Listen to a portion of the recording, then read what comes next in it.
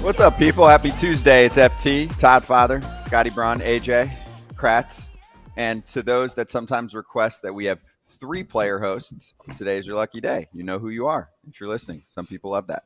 There's a good debate always about how many people should be on a show at one time. But just throwing that out there and also reminding everyone that this is a live show from 1 to 3 p.m. Eastern time on weekdays. If you are catching this after the fact, like in the Bally Sports app or after the fact on YouTube, subscribe to our channel. We do this live if you'd like to ask us questions during the show.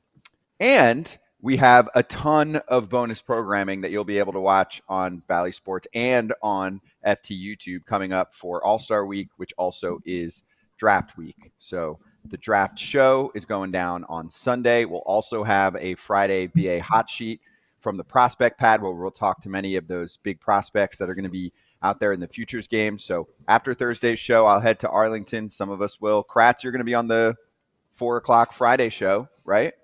Oh, yeah. I'll be there. Let's go. Pierzynski, you ready for the draft marathon? A good 5-hour sit down, maybe with a cocktail or two? Not happening. Which part? Not happening. 5 hours, not happening. How many can we get out of you until you fall apart? Solid 2.5. Maybe. I don't know. Solid maybe. 2.5. Once AJ gets in there, he loves couches. He loves yucking it up. His Hall of Fame buddies come by. It'll be fun, AJ. It will. Free drinks. Yeah, I mean, that's great and all, but I mean, 5 hours of drinking is not going to end well. Well, it could. 3.5-ish, I'm told. All right, perfect. There we go. That's a little more reasonable. Yes, that's fair. That's like how baseball games used to be back in the pre-pitch clock era. True. 3.5 hours. Let's charge the mound. That's probably about how long last night's, quote, marathon was between Atlanta and Arizona. Anyone have a guess on how long that game time was? I don't have it on me, but I'm going to find it. You have a guess? 3 hours and 7 minutes. Is that what it was? I don't know. I think I went to bed at like 12:47 after Atlanta scored, or Atlanta got the last out on that deep line drive. 3:25 is Todd's guess. You got a guess for us, AJ? It went 11, obviously. A 5-4 win for Atlanta. We'll get into it in a sec. That's still only – if it's over 3:20, I would be shocked. You are all going to be shocked. This game was 2 hours, 45 minutes. Oh, that's in awesome. 11, back and forth, 5-4. That's nice. That is nice. Yes.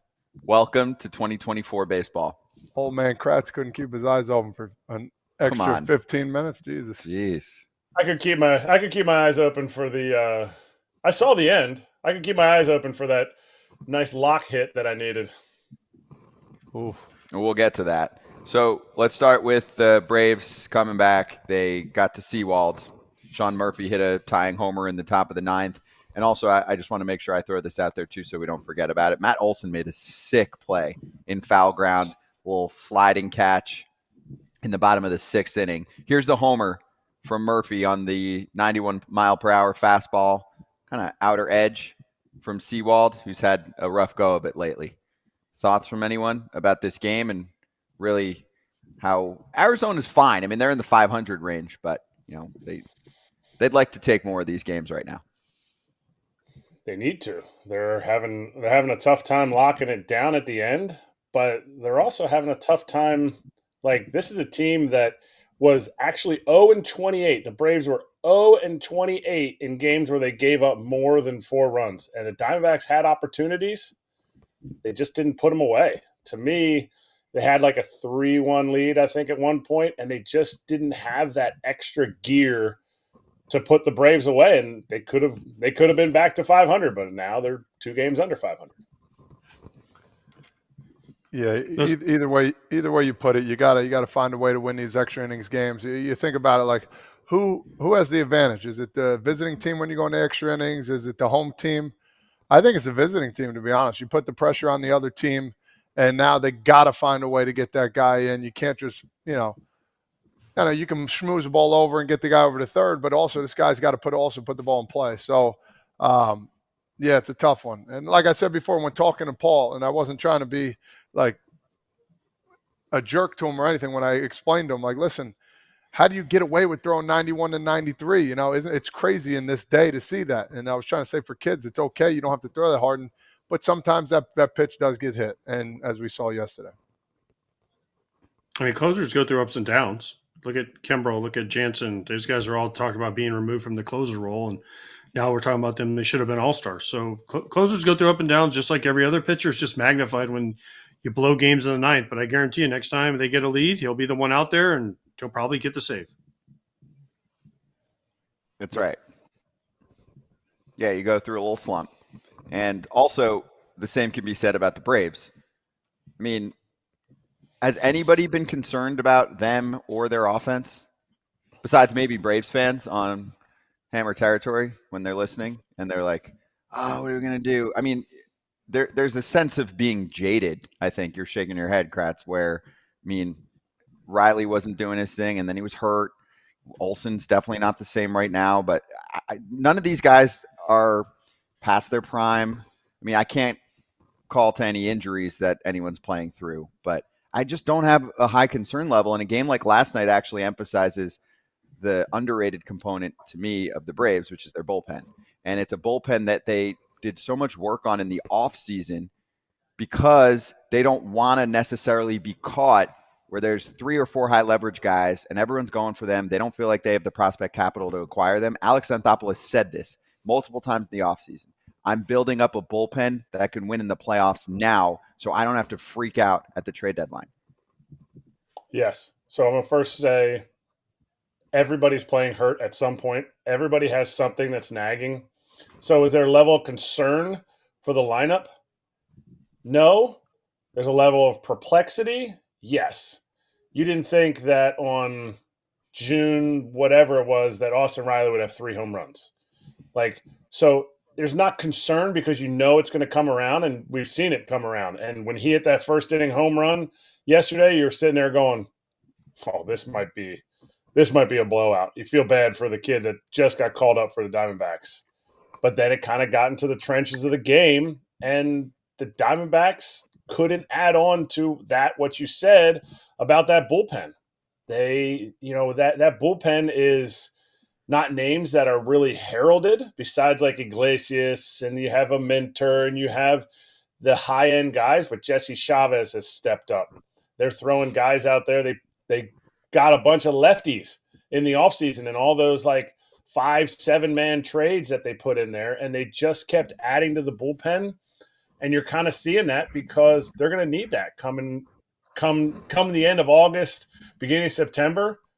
Hopefully Sale doesn't wear out. Hopefully Morton doesn't wear out. But you need those guys to be able to step up in those situations to keep them as number one in the wild card. Well, don't worry, AJ. Sale's not pitching in the All-Star game now. Yeah, I mean, listen, we knew guys are going to drop out left and right. I mean, Sale got moved one day, so he wouldn't have to do it. It's smart. It sucks for the fans, but it's smart by the Braves. It's 4 extra days of rest they can give them, right? And they can throw them, on Sunday, and then they can bounce him back Friday or Saturday or wherever they want, give them rest.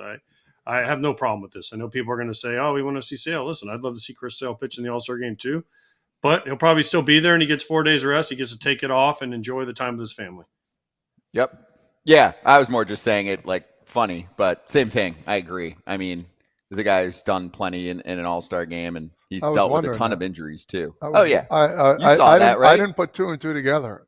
When they pushed him back? Yeah, no, I didn't put 2 and 2 together. A little extra rest. Yeah, Oops, you're pitching Sunday. Oops, you can't pitch the All-Star game. I mean, that actually happens almost every year where you see certain guys end up ironically pitching on Sunday, and they happen to be guys that you feel like are getting a rest from. Yeah, but you don't really hear like, oh, he's getting pushed back. Like, do you hear that often? Sometimes. Like, usually they don't come out and say it. They're just like you don't really see it as like news kind of. Well, you can strategically line it up on the calendar. Sure. So yes, you're right. And it happened pretty, not last minute, but a little later than you would expect, right? Because it happened maybe a few hours before game time is when we found out it was that he was scratched. They might have already had that planned, but interesting.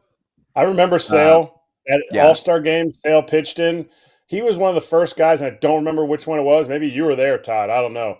But he just came out, and he was blowing like 100, 101. And I don't know why that like resonates with me, and I just remember thinking, good Lord, thank goodness I've never faced this guy. Cheddar. Like, was that your year? I don't remember, but playing behind him was phenomenal. Yeah, it's a gamer, and he's giving them an edge. It's going to be cool to see what their starting staff looks like, even though, yes, no Strider. Feels like it's been forever.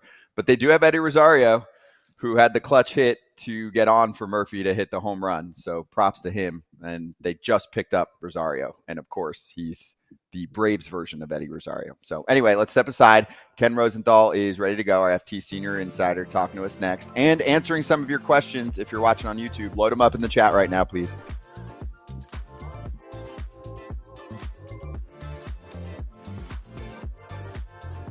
The All-Star game is in Texas in a few weeks.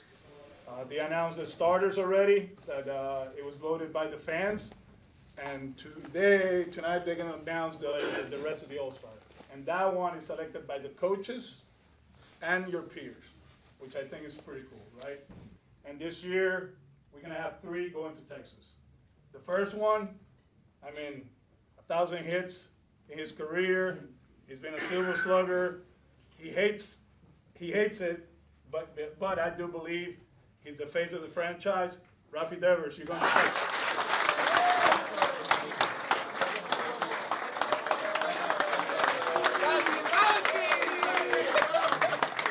Talking about consistency, when he pitches, he shows up. He's very relaxed. He doesn't panic. Tanner Houck, you're going to take it.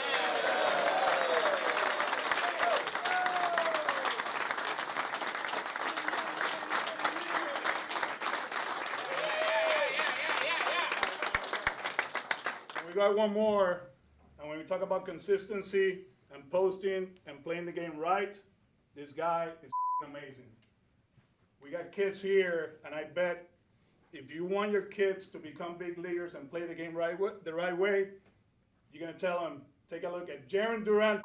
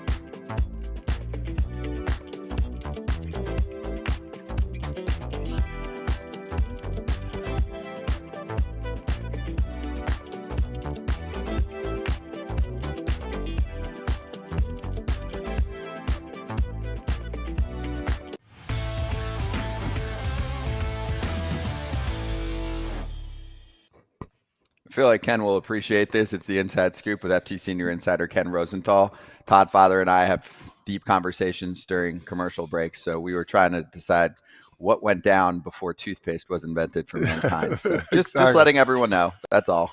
I will move right to baseball. Well, Ken's that old. He should know. Well, I felt like Ken. Wow. Shots fired. I was saying it because sometimes Ken has his phone and Todd's like, who is that or what's going on? So I just wanted to let him know how much important business is going on our side. So anyway, Ken, good to see you. We have many fan questions, so we'll mix some of those in. But let's start with some of your work in The Athletic. I know you are part of the group that puts the trade deadline watch together. Can you give us an update on the Washington Nationals? Well, it's no surprise. They're going to sell. And what's interesting to me is it's not just going to be the players on expiring contracts, Jesse Winker, Dylan Floro, both of whom should be reasonably attractive, but because their rentals won't bring much in return. But they're also open on Lane Thomas, and Kyle Finnegan and Hunter Harvey. All three of those guys have another year of control. So the price would be higher. The return should be better. And Thomas is an outfielder in a market starved for outfielders. Finnegan and Harvey, they're relievers, and everyone always wants relievers. So I don't know that the Nationals are going to make a Juan Soto blockbuster with any of these guys, but if they trade most of them, they should get some quality back, and we've seen what they have. Their core, their young core, is really impressive. The Soto trade was a bonanza of all bonanzas, and now you're seeing the fruits of that with James Wood coming up and Gore succeeding and C.J. Abrams an All-Star, and more to come. So they're in a great spot. They're going to need to spend some money this offseason to supplement what they have, but again, other teams would love to have the group of young players that the Nationals do right now. Talk about bullpen depth. There's a couple, I mean, not a couple, there's a bunch of teams that need it. One specifically would be the Phillies. I think going out here, trade deadline looming a little bit. Do you see them being buyers of bullpen arms coming up shortly? I do. And for them, it's not terribly urgent. Their bullpen is so good, and they have so many different weapons. Not a pure closer, but Alvarado, the two All-Stars, and Hoffman and Strahm, Kerkering, go right down the line. Soto, all these guys, Sir Anthony Dominguez. That's 6 right there. That's pretty good. But teams are always looking for more. And if they can get another reliever, I imagine that they will. Dave Dombrowski also wants to add a right-handed outfielder, perhaps, to platoon with Brandon Marsh. They don't have to do anything big. They've got a great team. We've seen that team play. But I imagine Dombrowski will work around the edges. I don't see them trading for Luis Robert Jr. to answer everyone's question because, again, they don't necessarily have a need for that kind of guy right now. Everyone would love to have Robert Jr., of course. But they also want to preserve what they have in young talent, the prospects coming, to balance their payroll in the years ahead. Kind of a connection between the Nats and the Phillies here. I heard John Middleton talk the other day. They're $7 million under the next luxury threshold, and that will cost them draft picks, international signing bonuses. And John Middleton's exact quote was, I could care less. I'll spend however much money it takes us to win, but I don't want to lose that draft capital. Is there a chance when you talk about a Nats team that sits there and goes, okay, we might need to make a move this offseason, that they would take somebody's contract on during this trade deadline? Or is that all an off-season move? Because I think about a Nick Castellanos, and that would open up $20 million for the Phillies and Dombrowski to make a huge move that nobody sees coming. Well, that's a great question, Eric. And certainly that scenario is the kind of thing that I don't know that it will be kicked around, but it makes sense, right? If they're the Phillies and you're concerned about the next threshold, that's the way to get around it. You trade Castellanos, you get Luis Robert Jr., right? I don't think they're going to do that. They love their vibe. Castellanos is part of that. But at the same time, the Nationals, this is perhaps the better part of the question. Could they take on a contract right now to maybe get a young player alongside that guy? Yeah, they could. Now, it's always a question with them where they're going with payroll. Remember, they were for sale, they weren't for sale, they're for sale again, not for sale. And their ownership has been, I don't want to call it cheap because that's not fair over the years. They've signed some big money contracts, but they have not been an ownership that necessarily goes to the last mile with payroll. That's been obviously proven. So I don't know that they're ready to do that just yet, and I don't know that they should do that just yet. They can enter a very active and lively free agent market this winter, one that's full of really good players, and go about it that way. But all of these things, these kinds of ideas, are ideas that do get kicked around. And it's interesting, Eric, that you brought it to my attention that way or brought it up that way, because that's something there you can see the logic with, even if it doesn't really happen. Ken, what are the team like the Cardinals going to do? They've obviously gotten back into the race. Are they going to – is it a possibility, and this is a fan question, would they possibly move on from a Jordan Walker? Now, I see a Dylan Carlson and someone like that obviously being on the block, but would they possibly use someone like Jordan Walker to get a piece they need to make a run for these playoffs? I doubt it, AJ. And I know it's going to be a topic of discussion, but Jordan Walker is in AAA right now, not really hitting all that well. They're trying to make some adjustments with him, and he's trying to get to a point where he is a better player than he's been. He has all the promise in the world, but you'd be trading him at a low point, right? You'd be selling low. And we all know the Cardinals have been burned in trading outfielders over the years, one after another. Lane Thomas is one, Randy Arozarena. I can go right down the list. Fans know all about this. I'm not sure they want to make that move with Jordan Walker just yet. They have other major league pieces that they will be able to move because of their injured players coming back. Newt Barr came back last night.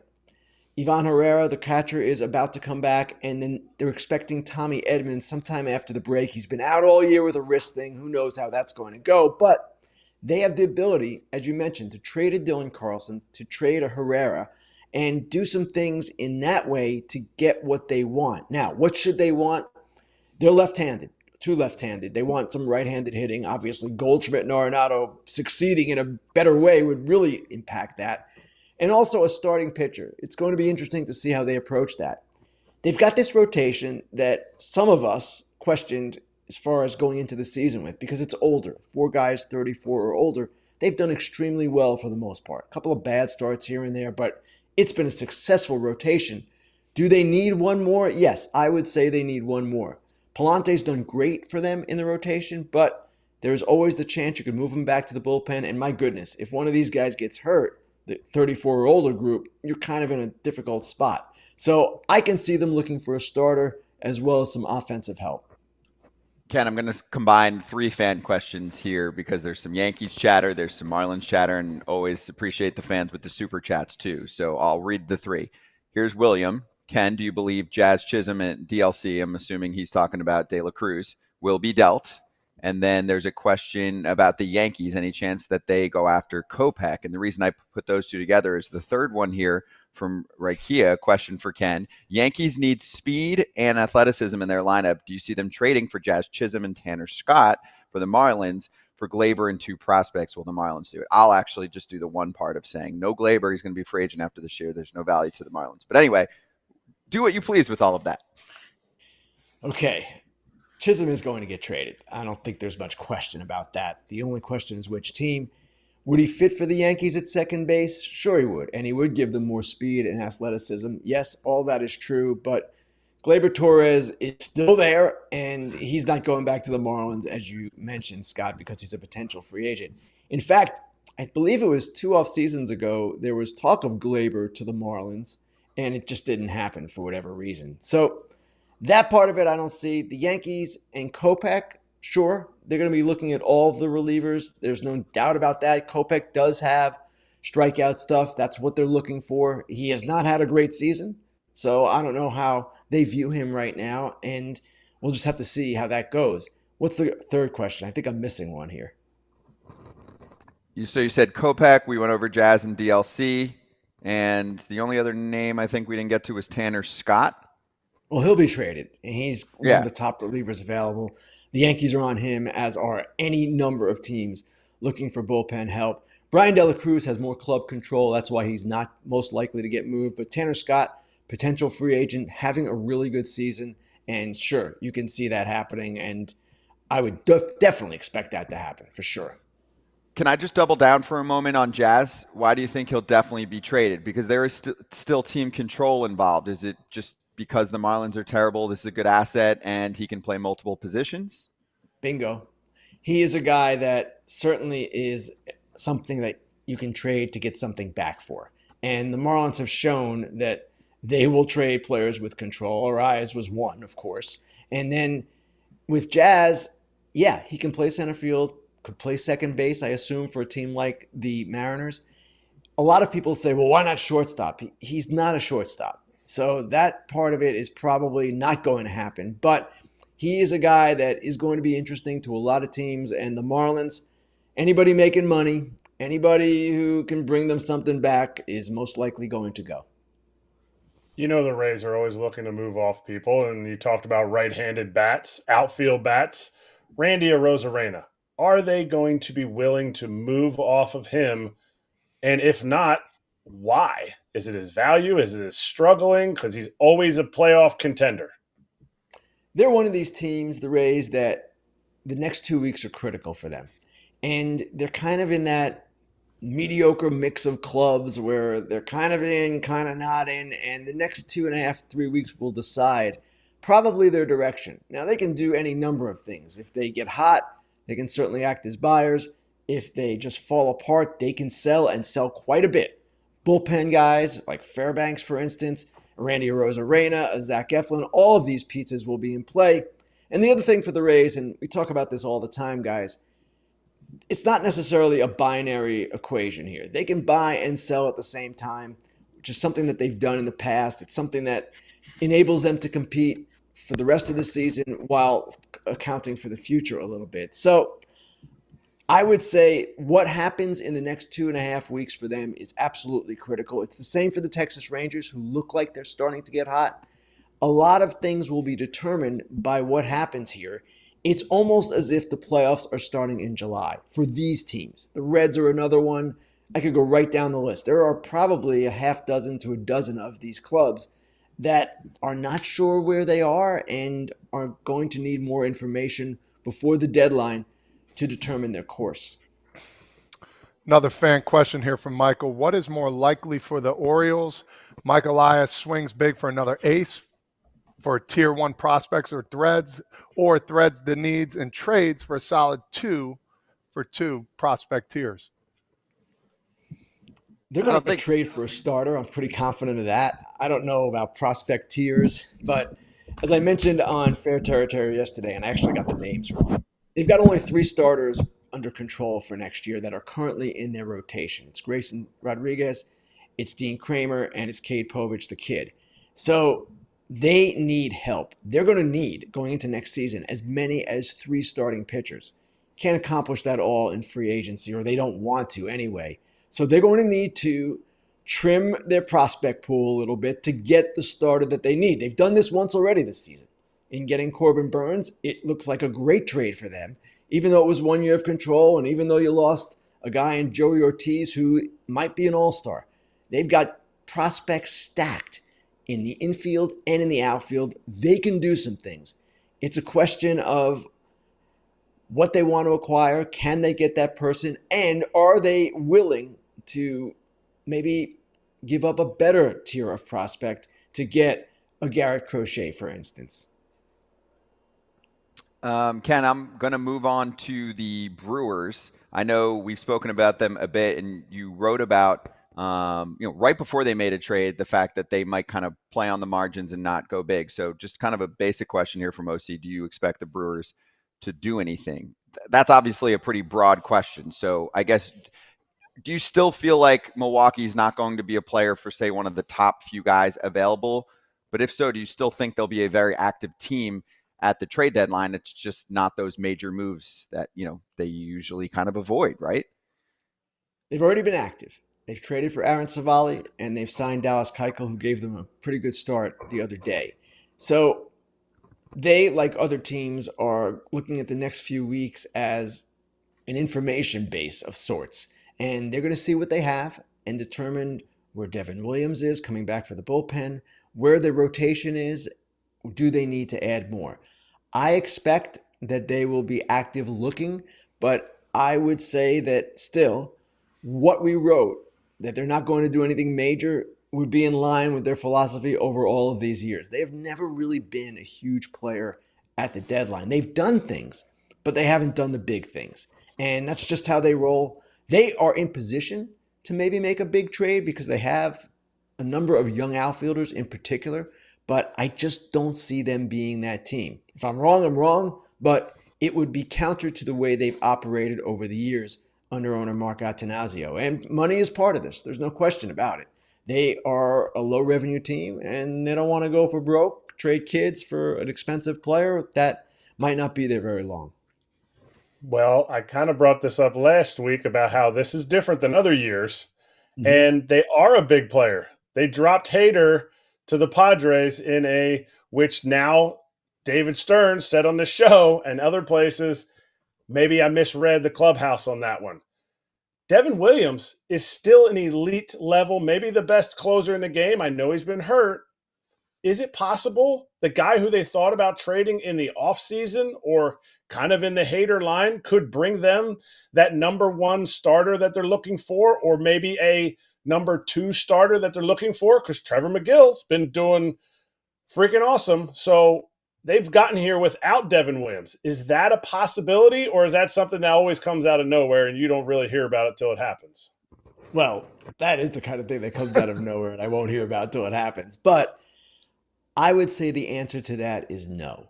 And the way I'm seeing them and what I'm hearing from them is they are worried about their bullpen, which has been taxed, of course. It's performed very well, but you're starting to see some erosion right now. Devin Williams amounts to their best trade deadline addition. Now, you're right. They could trade him probably for some pretty big pieces. I don't know that you would ever get a number one or two starter for a closer, but at the same time, it's Devin Williams. It's a special cat.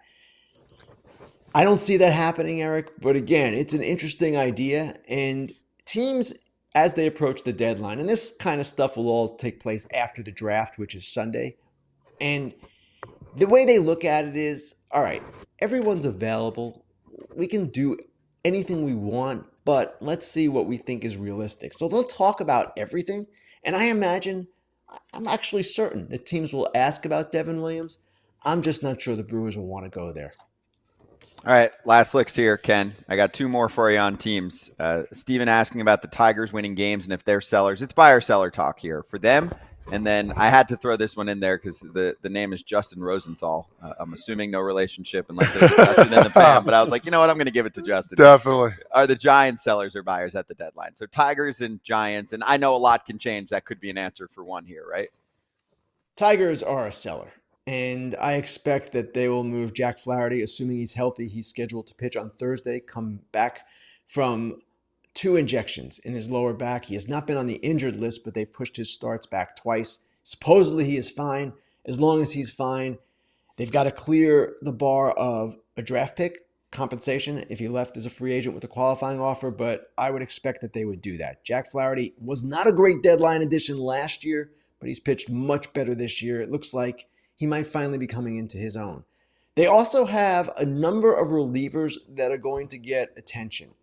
Most of them, yes, almost all of them are under club control beyond this season, including Andrew Chafin and some others. I don't know that they will trade them, but they'll certainly entertain offers for those kinds of guys. They need offense. We all know they need offense. For anyone who might be asking, I don't expect them to move Tarek Skubal. It would be kind of counterproductive to trade a guy who might win the Cy Young, but it's worth mentioning. So them I see as a seller. The Giants, they're another team that is assessing and trying to figure out who they are. Also have played better of late, and it looks like they might finally be coming on a little bit. Blake Snell returns tonight. So the next couple of weeks, again, I'm sounding like a broken record, are going to be critical. But they've invested so much in their club this year. They brought in Bob Melvin. I would expect that they're not going to punt on this season easily, if at all. We've seen some good things happen with them. Elliot Ramos has emerged as an all-star. Luis Matos also playing well. They've got a young catcher in Patrick Bailey. They have some interesting things going on, and they've got really good pitching. They just need to start playing at a more consistent level than they have really for the first part of the season. If they do that, I expect them to look to complement what they have. If they don't, if they collapse over the next couple of weeks, sure, then they could sell. Ken, you crushed it. You're off the hot seat. Great work. And we are all grateful for toothpaste, just to go full circle here. But appreciate you, Ken. Thank you very much. That was great. Fans were really excited. I told them that we would kind of dedicate this one today to them. So we will see you tomorrow, and a reminder for everyone about Fair Territory on Thursday. See you then. And here we are, Mondays and Thursdays. It is Fair Territory on the FT YouTube channel, and wherever you get your podcast, it gets posted afterward. We'll be right back.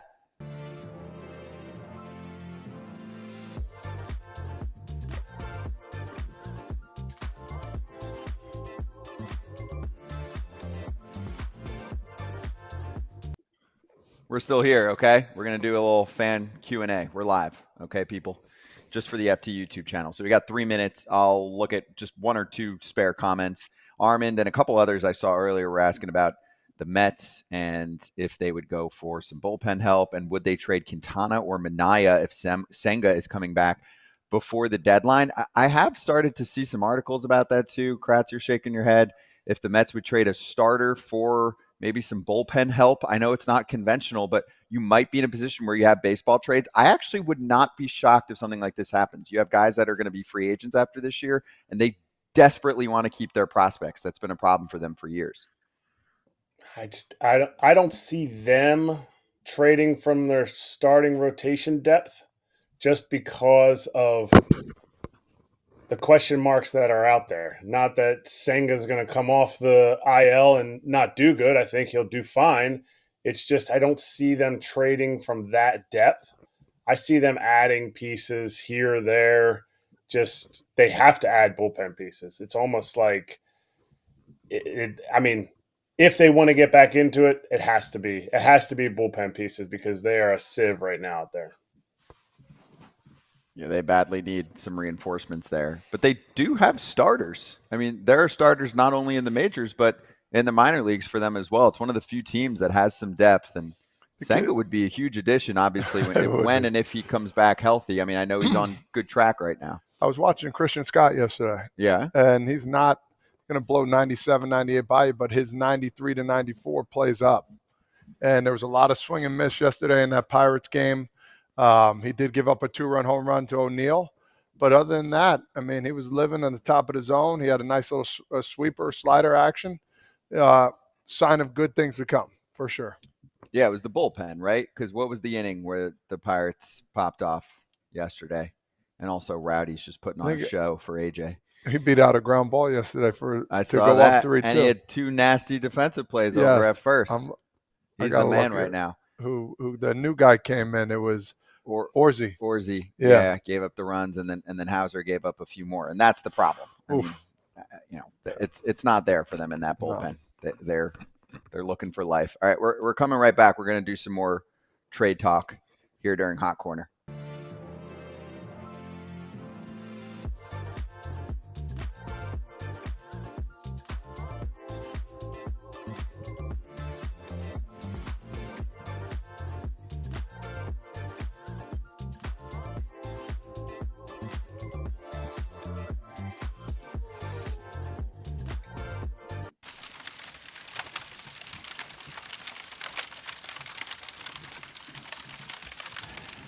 Yes, let it cook. Hot Corner time. But first, foulterritoryshop.com if you want to support the FT fam.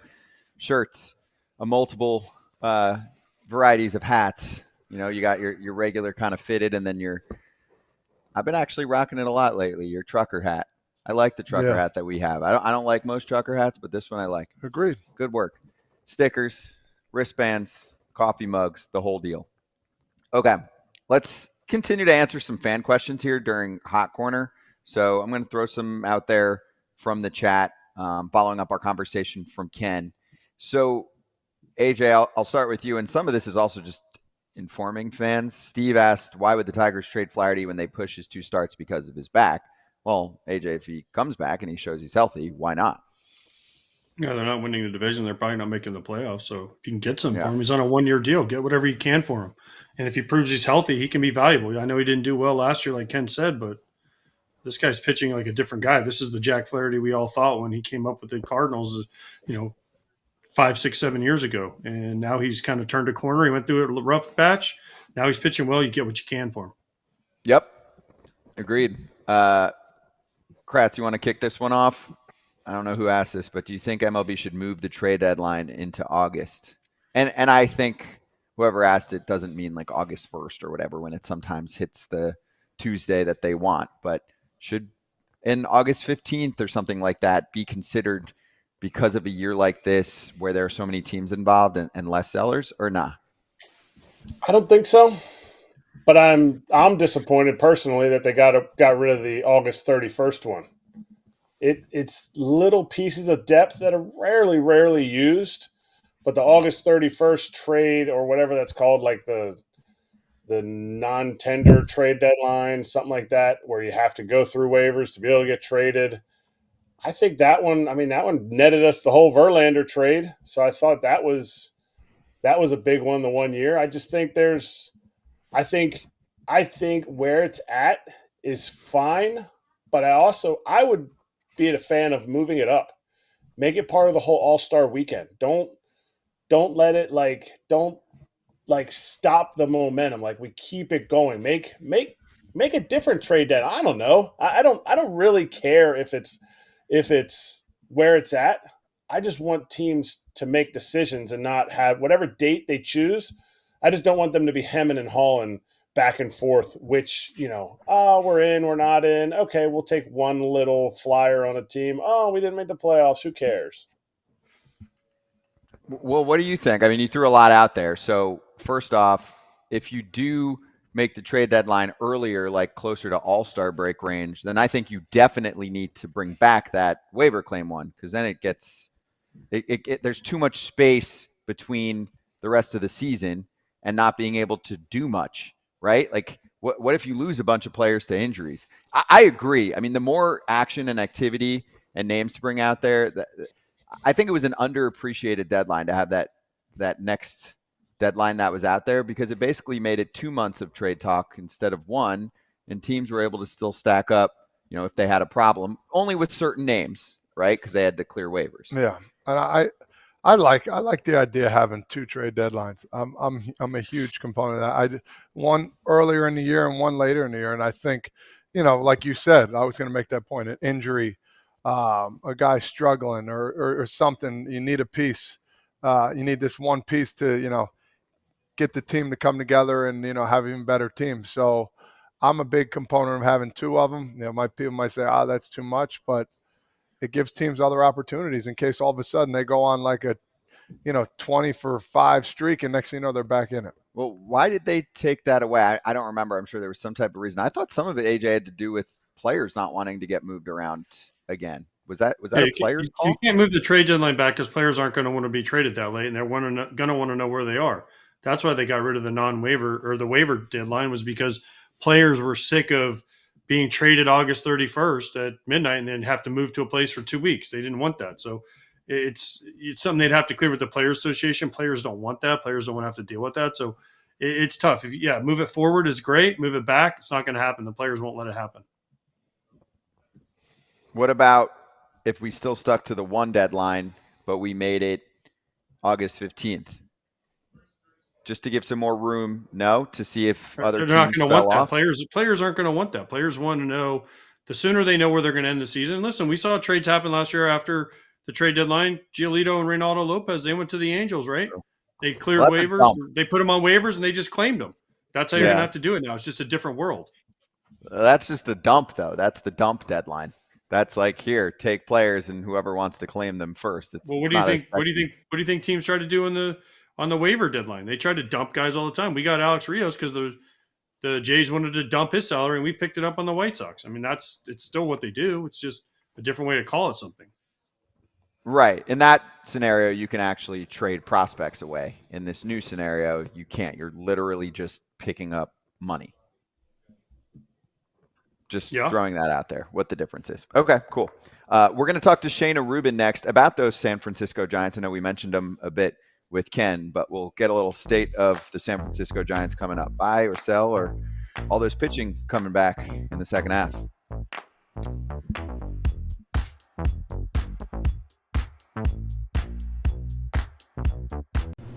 Hello? Hey, Logan. Hey, how's it going? What's up? Just swimming in the backyard. Dad's having a little strawberry daiquiri over there. Strawberry daiquiri. Yeah. Nice. You gotta keep my eye on him. Yeah, that's pretty fun. Well, What are you doing? nothing. I'm just hanging out. I'm at the field. I was just calling, seeing what you guys are doing next week.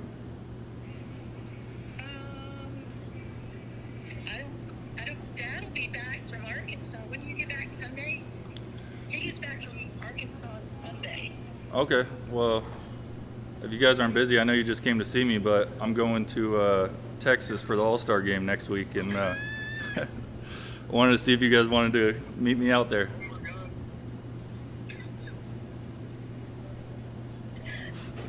Yes, we would love to. You want to? Yes, of course. We would Is Dad there too? Yes.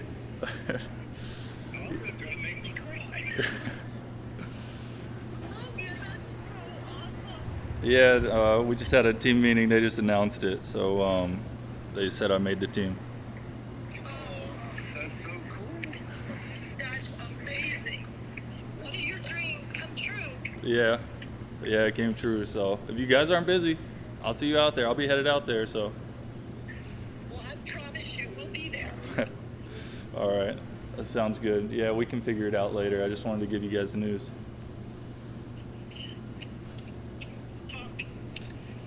That's awesome, buddy. I'm so proud of you. Yeah, I couldn't. Happy for you. Happy for you is even a better word. Yeah, I couldn't wait to tell you guys. I know out of everybody you've been there so long, so help me get here. What did your team say? Everybody was just really excited. Everybody was so supportive. They said more guys might get added in the next few days, so I think Munoz might be going too. That would be awesome. Yeah. All right, we'll go play with your friends. Thank you for calling. Okay, yeah. Thank you guys. Love you. I'll see you soon. All right, bye. All right, bye.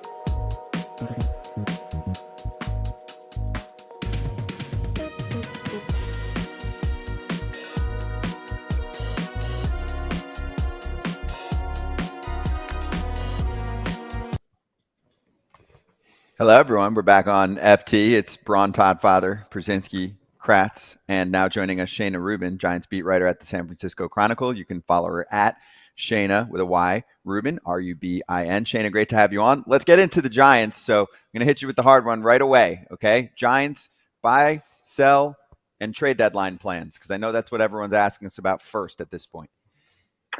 Yeah, I mean, I think that's a mystery. Their identity is a little bit unknown right now, right? We don't know just how good they are yet because they haven't had their pitching come into full form. And I think that they would say that they have sort of a built-in trade deadline coming up. They have Robbie Ray on the way back. They have Blake Snell pitching today. And the pitching was supposed to be their strong suit heading into the year. So I think that if you're looking at it from their perspective, that's a lot of the heavy lifting has already been done and sort of on the way up. But in terms of on the other side, I think that the biggest need they have is shortstop. They have Nick Ahmed there who hasn't been producing offensively. That might be a place where they want to upgrade. They have Marco Luciano in the minors. He's a guy that they have that they're comfortable bringing up. But just in a general sense, I could see that being a position where they would want to upgrade. But you know, they have short-term problems. They have long-term problems. They're a team that needs to make a lot of moves and decisions in the short term and long term to really find their identity. So they're dealing with a lot right now and in the future. Does it help that Blake Snell is coming back today and Robbie Ray will be pretty much coming right behind him for those Giants fans? I think so. I mean, I think Blake needs to perform. I think he needs to be a little bit more of what people are expecting, right? It's been a little bit of a disaster, right? He didn't have spring training. That really caught up to him at the beginning. He had 2 injuries. He's been really slow to ramp up after those injuries because he has said openly he wants to feel like himself. And he isn't a first half pitcher, I guess others will say. I don't think he'll say that. But I think that people just want to see Blake Snell. And if he's not that right now and he has an opportunity to give a little bit of better taste in people's mouths before heading into the All-Star break. But I think this is a good opportunity to instill a little optimism in the Giants fan base about where the pitching staff is headed into the second half. And same with Robbie Ray. He's on a good path, and that's another Cy Young guy. You have 2 Cy Young pitchers in the plans, and it's hard on paper not to be optimistic about that. But you know, I would imagine that if things go right, there that it's, the pitching could be a little bit better than how it's been. It's been pretty disastrous, just injury wise and performance wise in the first half. And that was supposed to be an area where they're supposed to excel. So there's a chance. With all these fringe teams, and the Giants are a fringe team, to me, I look at the MO of the GM, the MO of the guy that's going to make the moves or not make the moves. What is Farhan's MO so far the whole time he's been there, back from when I played in 2019? Because we should know what kind of moves, types of moves he's going to make at the trade line. Or does he really not have an MO? It's hard to tell what the MO is right now, honestly, because I think that they're operating on two different levels a little bit. I think Farhan's maybe operating on two different levels. There's the short-term objective, which is to get to the playoffs, right? I think they've made the playoffs once in his 5-year tenure. That was an exciting season. They won a franchise high number of games in the regular season, but fans want to see more. They want to see some promise that there's going to be sustained success. They want to see a star core come up and lead them to more exciting games, more exciting playoff runs. So there's that level, and there's also this level where it's, you have a couple exciting free agent additions. You have a couple of young players that are kind of coming up, kind of hitting an opportunity ceiling because of the team that he's built to compete for a playoff series, a playoff run now. And, I'm not sure if they're really they're in a very tough division. So it's hard to say what they could do at the trade deadline is such a specific time. It's hard to say what they could do at the trade deadline to achieve both of those goals. But I think the goal right now is to at least put together an exciting team that could make a run for the playoffs. And they can make little moves. They already have built-in moves, as I said, to achieve that. So, there's a lot going on. All right, why did they trade Austin Slater? Because that was like kind of one of their focal points of like, hey, look, we platoon better than everybody. And he was like one of the guys the Giants fans are kind of griping about. Why is he on the team? And then they went out and traded him. Is this the end of the platoon advantage Giants, or is this just the beginning because they needed to move Austin Slater? I don't think it's the end of the platoon advantage. I think that you have Luis Matos, who needed an opportunity to get more at-bats. And Austin Slater was coming up on free agency, so it was sort of more of a logical move more than an emotional one or a strategic one. I think that it doesn't say a whole lot about them moving away from the platoon advantage. I think that they take advantage of that when they can. And I think that they'd say if they could even stray off the platoon advantage and have guys that could play every day, that would be where they'd want to go. So I wouldn't say that they're married to the idea of only, sticking to platoons, but I wouldn't say that this is the definitive end of that. Most people didn't know who Elio Ramos was before this season, unless you were a Giants fan and you were like, well, he fizzled out. He didn't really do much. What's more surprising, that Elio Ramos made the All-Star game, or the fact that most people that are watching this show had no idea that Logan Webb wasn't an All-Star until this year? Both first-time All-Stars. I know. It's a little bit. It was a double surprise, right? Even I was a little surprised. This is my first year on the beat, so in my head, he's a Cy Young runner-up. Of course, he's been an All-Star, right?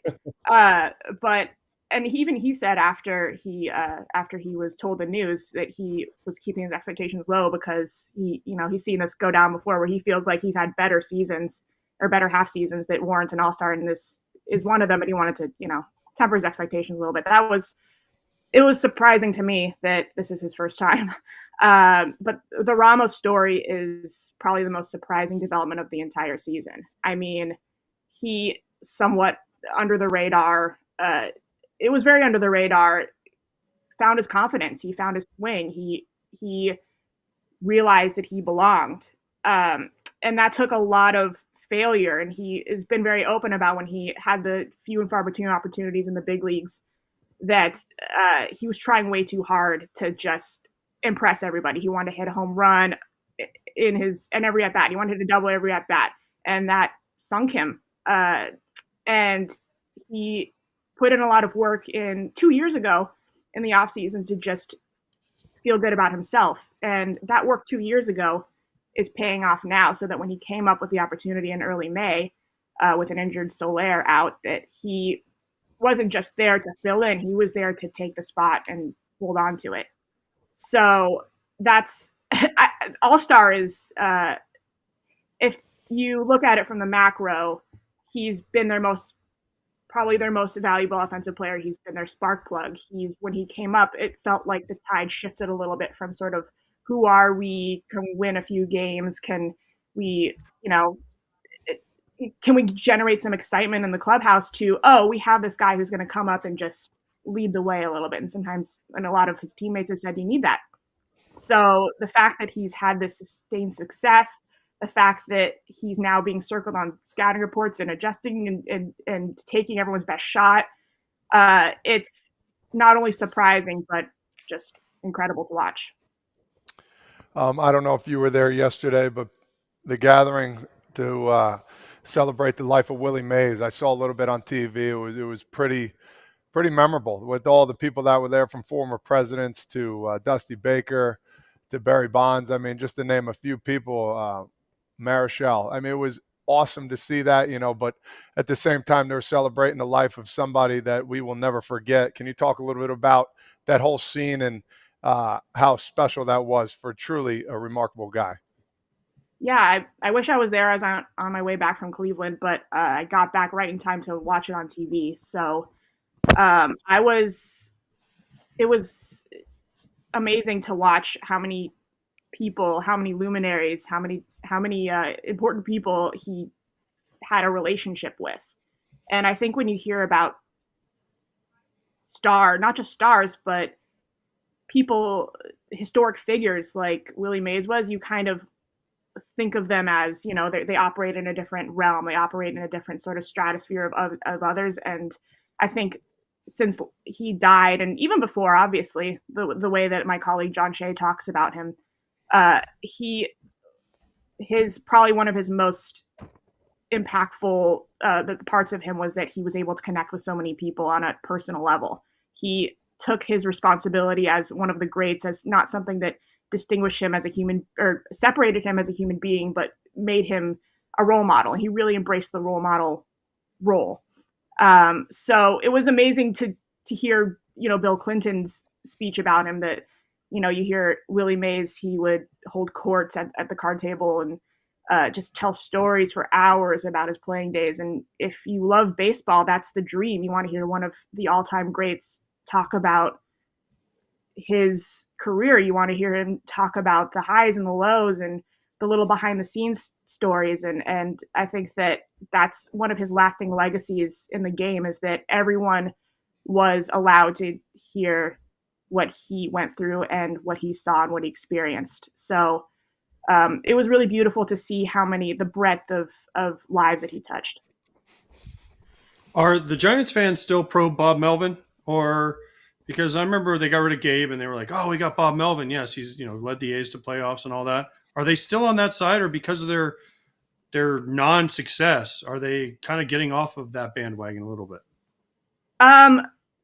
According to my Twitter mentions, anytime they lose, it's his fault. Anytime they win, it's, everything's okay. I think that the manager is always the first to blame in any bad situation. And I don't even say the situation is bad, but I think that everyone thought that, a change in manager would create a little bit more of a better win margin. But I think that it's the same as any other year. If they have success, then he doesn't get the sort of blame that he has been getting. And it's hard to really capture how Giants fans feel, because a lot of it is just, you scroll on Twitter and see how people react to anything, and it's just, they're very angry.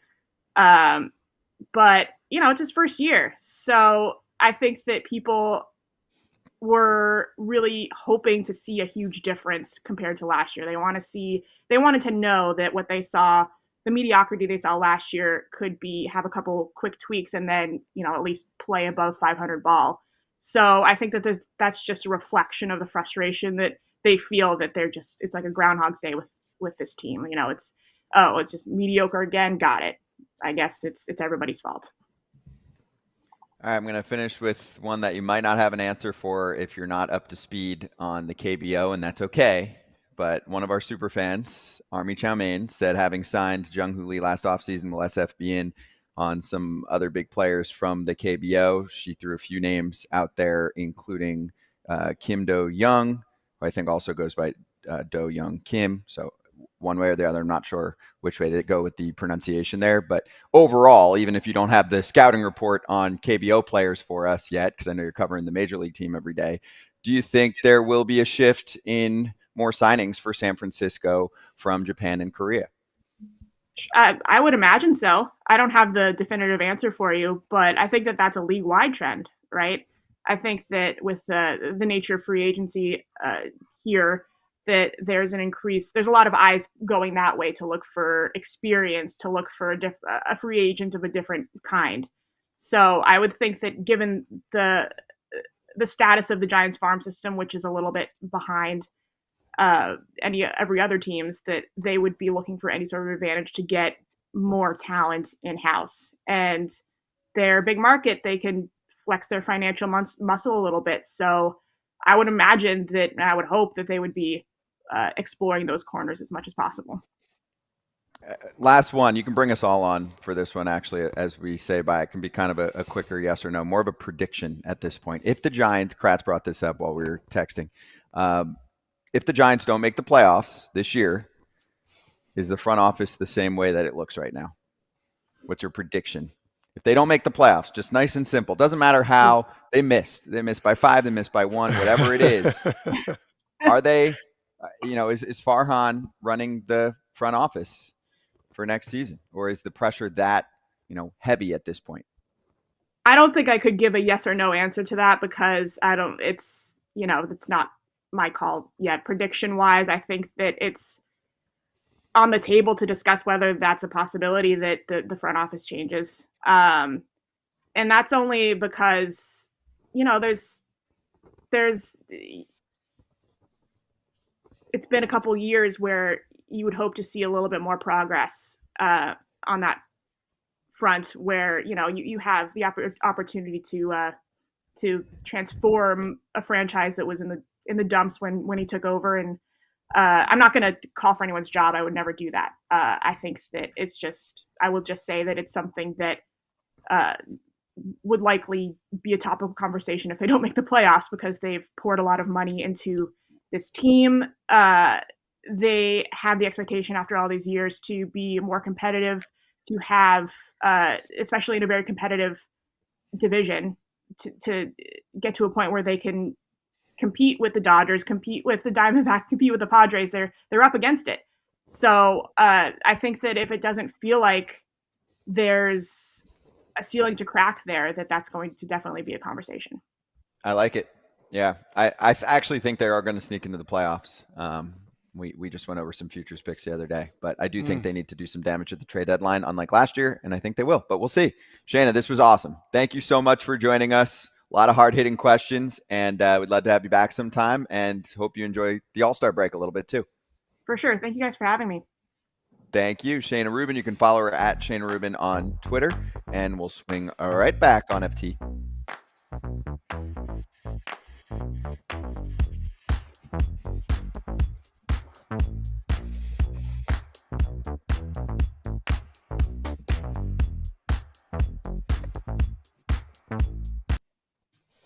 We're staying here for a couple minutes while the other audience on TV is chilling. We've got Todd Father with the full setup. So this is how the original Manscaped kit gets sent. And that's a nice message there too. Your balls will thank you. Hey, it's the truth. What is that? Your balls will thank you. Yes. All right, dudes. Great kit. So Manscaped has their newest package, the Performance Package 5.0 Ultra. That includes the Lawnmower 5.0 Ultra, which you can see in there.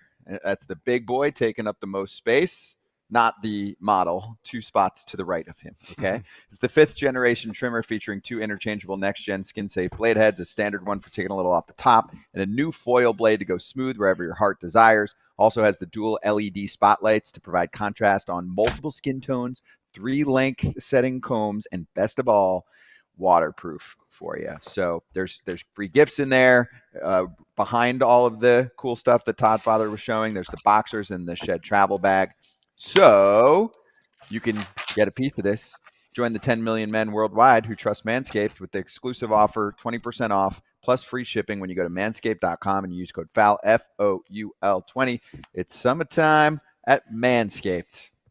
And AJ, I think I took apart some of your Manscaped package. Equipment. So, you took it. I got it and you took it. So I don't have one. Oh man. Bummer. It's fine. I mean, yeah. it's Actually, fine. you know what? No, I think it's in the studio. When our paths cross again sometime. I think later this month, actually, for the trade deadline. I will be back in the studio, and so will you. Do you feel like you live on the road now, by the way? Pretty much, yeah. I'm not home very often, but hopefully that'll end soon. Hopefully I'll be able to get home.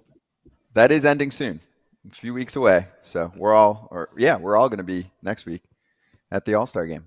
So even you. I saw that got announced. Yes, sir. Yes. Todd Father will be out there as well on the call for a little home run derby action. What do you know about the derby? What do I know? Kratz, what does he know about the derby? A little something. He's got a little antenna for his TV over there. Don't show this. All right, FT fam, back with the whole crew, the TV crew as well, in 20 seconds.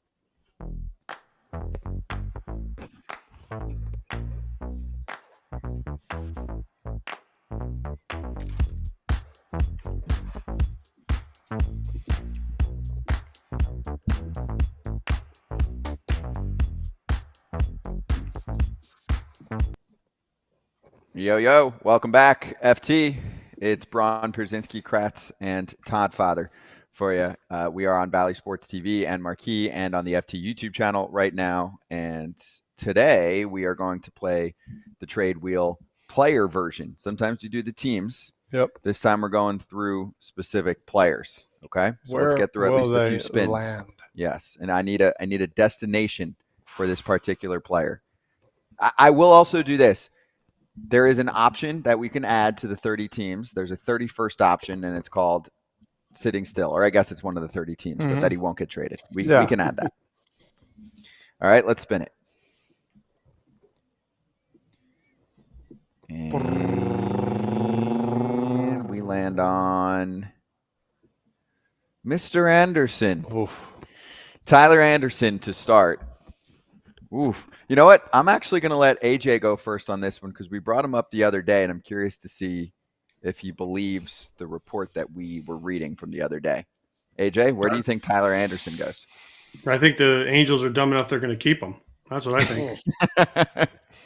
They didn't trade Shohei. They won't trade anybody else. I think they're going to be like, oh, we're still in it. We're going to try and keep him. Oof, that would be a massive, massive mistake. Kratz, where do you think he goes? I think it's the Brewers. I think the Brewers, that's the farthest reach they can get for a starter.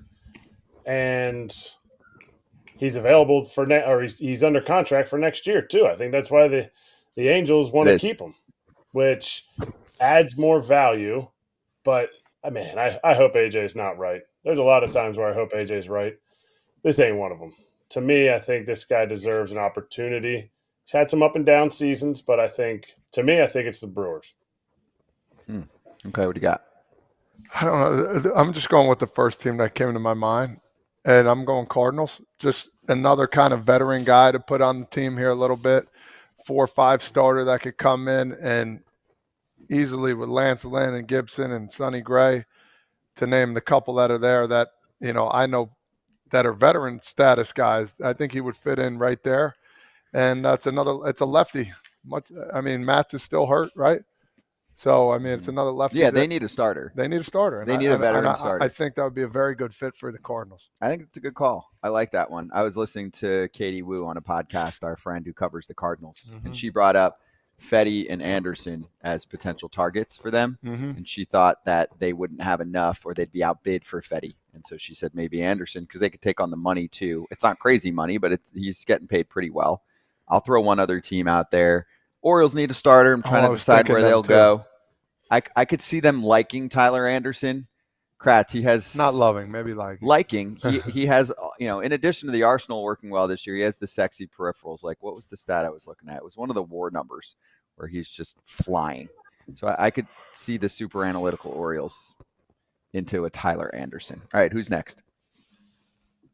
Oh, and thank you, Claudia, our superstar producer, for changing the colors. They are much easier to read now. We have bright summery colors. And we land on your boy. Did you play with him? I did. Michael Conforto. I did. Is he getting traded? I don't think he's getting traded. No, I don't think so. I think the Giants are going to ride this out and see.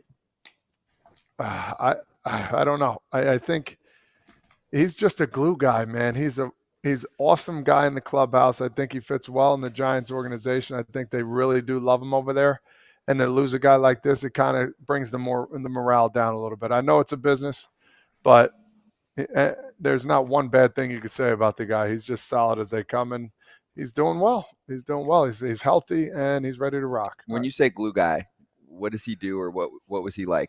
He just as cool as the other side of the pillow, man, kind of dude. Like anything you needed, he was always there. Like he always goes with the flow. He's laughing, and he's a guy you love to hang around, man. He just goes with the flow. I like Tough to explain. Understandable. AJ, what do you think for Conforto? Gosh, after what we just heard, again, I don't know that they move him. I think the Giants still think they're in it. I think once they get Ray and Snell and everyone back, and I think they still think they're in it. I don't know that they're going to make this move because I think the Giants are scared that if they wave the white flag, the fans are going to go crazy and Farhan might be on the hot seat. So I think this is another one that might stay. And we didn't mention this, but what about the Dodgers for Tyler Anderson? He did okay there his first time. Yeah, that's true.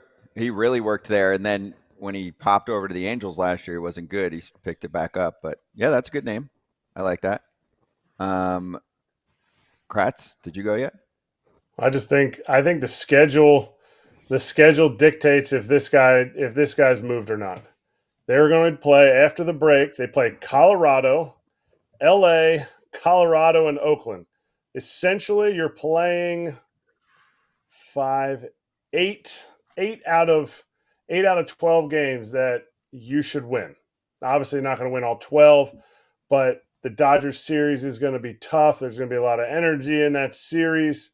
And I think if they come out, if they're 8-4 in those 12 games, to me, they keep Conforto, and he's just part of that team. If they're 6-6, if they go, even if they're below 500, I think he's a guy that they move because I think this team is built on defense, and maybe one of their other guys can step in and be that defensive, stalwart for them that they wish they had in Lee in center field. And so they'll just double down on pitching, double down on defense. So I think he could be a guy that's gone. But if they win it, I think they're going to stick with him. Yeah, I agree. I mean, obviously, if I'm saying I think they're a fringe playoff team, then I think they're keeping him. I just don't think they're subtracting an above-average hitter from their offense in that ballpark. That's the facts. They need offense. San Francisco kind of always needs offense. Some guys go there and their bat really dies. There's a confidence factor there. So it's his second season. I think he stays. Let's do one more, and then we have some news too that I just saw. Let's do one more on the wheel. I'd like to see Conforto and Cincy if he gets traded anywhere. I want to see him hit those sinkers backside all day long. I like that. Here we go. Got to start AJ here. It's your boy, Eric Fetty, one of the best offseason signings by the White Sox. Where's he going? Because he's a lock to be traded. I know Crochet is a little more complicated, but Fetty's definitely getting dealt. I love the Orioles for him. He's pitched in Washington. He knows the area. I would love if you're the Orioles, go out and get him. He's a guy that can win games. He throws multiple pitches. He's locked in for another year at a reasonable price, and I think he's a guy the Orioles could really use. Kratz? St. Louis. I think this is St. Louis's chance to sign somebody that will be here for next year because their entire rotation is gone after this year, and St. Louis never wants to take years off of winning. So St. Louis. Good one. You're up. Pittsburgh, is that one? Pittsburgh. They're Wow. still in it, bro. 4 games out. I mean, I forget that Yeah. Pittsburgh could actually buy at the deadline. yeah, I feel like Jones going down here. I feel like that could be an easy fill in there for another. They call that the 3-headed monster. They'd probably be the 4-headed monster then once he's healthy. So with Keller and Skeens, I mean, why not? Why not Good one. Pittsburgh? I'll throw the Dodgers out there. I think this could be the guy they land. I think they could try to pry Luis Robert too, but even if they can't get the whole package deal, they go for Fetty. They need reliable veteran innings. Like if you're looking at Crochet versus Fetty, I think we've gone over this, especially for the Dodgers. They need a guy that they know is going to be out there. Crochet's more of a question mark based on not pitching a lot in the past, being a reliever. So I think the Dodgers look at certain players, target them, and can get them because they have the prospects to make a deal like this, and they know how much pressure is on the team to at least go far, if not win a World Series this year. So I got Fetty for the Dodgers. And then a little news coming our way. Mandy Bell was just on the show yesterday, and she breaks the news that Jose Ramirez will compete in the Home Run Derby next week on Tuesday. So we've got – how many do we have now? 4, 5, 6? 6 now? 6. Wait. Let's go over. I know there's still some that are going to get announced soon, but we've got Gunnar. Oh, you got it. Pete Alonso. Yep. Gunnar Henderson. Yep. Bobby Witt. Yep. Marcell Ozuna. Yep. We learned Ozuna. Oh, I didn't know that. Yeah. Alec Bohm. And Jose Ramirez.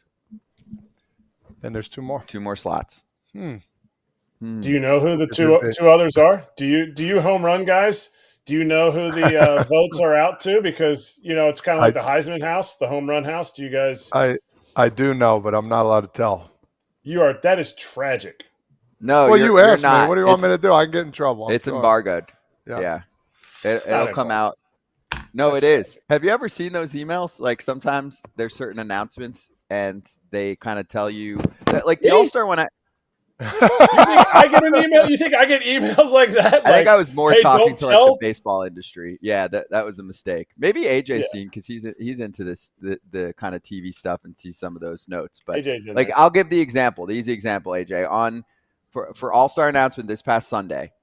They tell the media, can you please not announce it to your fans so that the players can find out from their teams and that whole deal. Then it can be announced, and then we go from there, right? Because people find out at different times. There's games ending at different times, and they want to be able to tell the players before they leave, for whatever. Some of them are off on Monday. Some of them are traveling.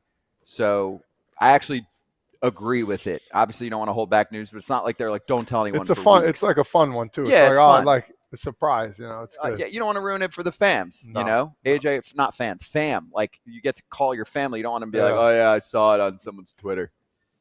No, I think that's good. I think there's things that happen all the time that you're not allowed to talk about. We talk to managers; they tell us not to say stuff during the game or not to discuss things. So yeah, this kind of stuff happens all the time. I have no problem with not announcing it. They kind of let one guy go each day to get their own little, hype from the crowd. That yes, Jose Ramirez. Yesterday was Marcell Ozuna. The day before it was Alonso. Like they're just kind of leaking it out one day at a time, and I'm good with that. Yeah, same. Kratz has problems keeping secrets. He's so excited when someone tells him something. He's that one family member you can't be like, hey, but please don't tell Eric. Whatever you do, just don't. I don't have tell problems Eric. with keeping secrets. I just don't. It's not a problem. Just a don't. problem would be, I can't. I don't know if I should say anything. I'm just like, nope, blab. Todd told me Erik Kratz is going to be. And he calls somebody out. See, that's why. He calls out Vladdy, Erik Kratz. No. This should explain it all, and then we'll step aside for a quick sec and talk Phillies. But when Kratz plays poker, sometimes he's a flip 'em guy. He'll flip the cards for you. He'll be like, I feel like you don't do that. This is what you do with buddies. Okay, well, buddies, yeah. But at the tournament, sometimes Kratz will do a little flip. Does Kratz show one card, not the other one? I've seen some guys do that a lot. Some of the pros do that. I've been at a table where they go pick one, and you get to pick a card to see, but they won't give you both. So kind of fun. All right. We're coming right back with Scott Lauber to talk about the Philadelphia Phillies trade deadline plans and the billion All-Stars that they have for next week.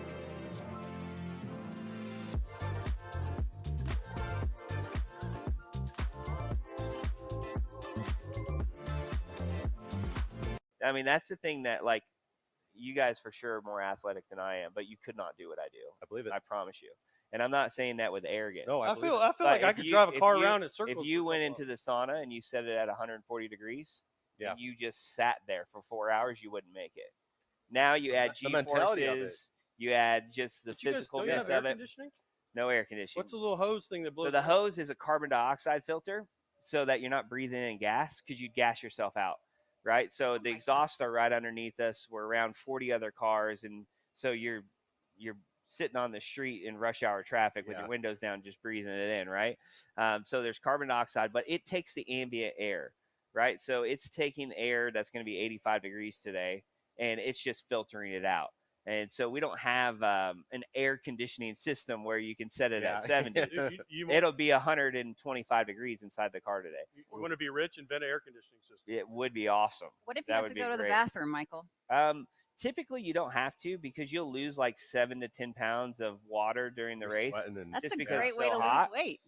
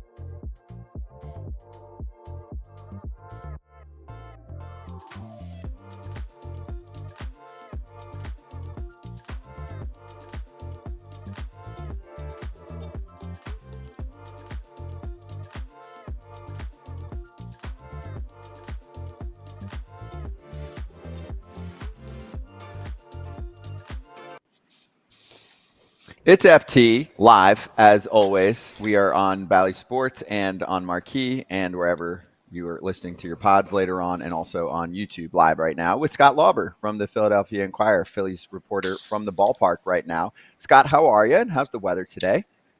The weather is super hot. How are you guys? Hope everyone's doing well. We're really good. We're excited to get into the Phils. So before we jump into all the trade talk, let's just get your quick thoughts on how many Phillies made the All-Star team. And I will say from the national audience, there are some angry fans that not one, but two relievers were voted in by the players. But what do you say from the Philly crowd?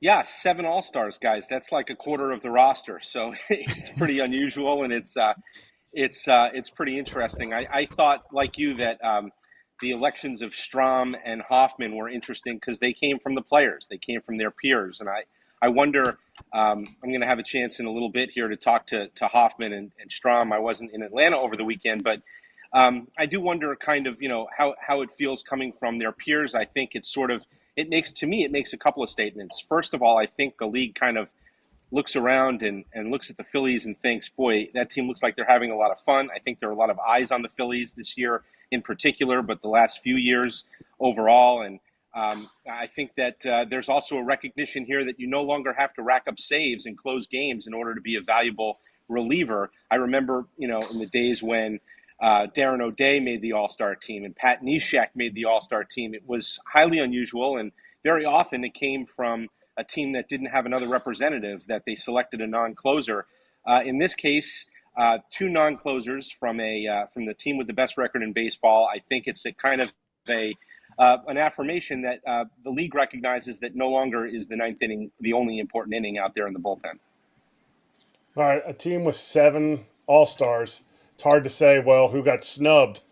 Who's the biggest snub, though? Because there's one big snub, and I don't want to lead the witness. So who's the biggest snub and should have been the 8th?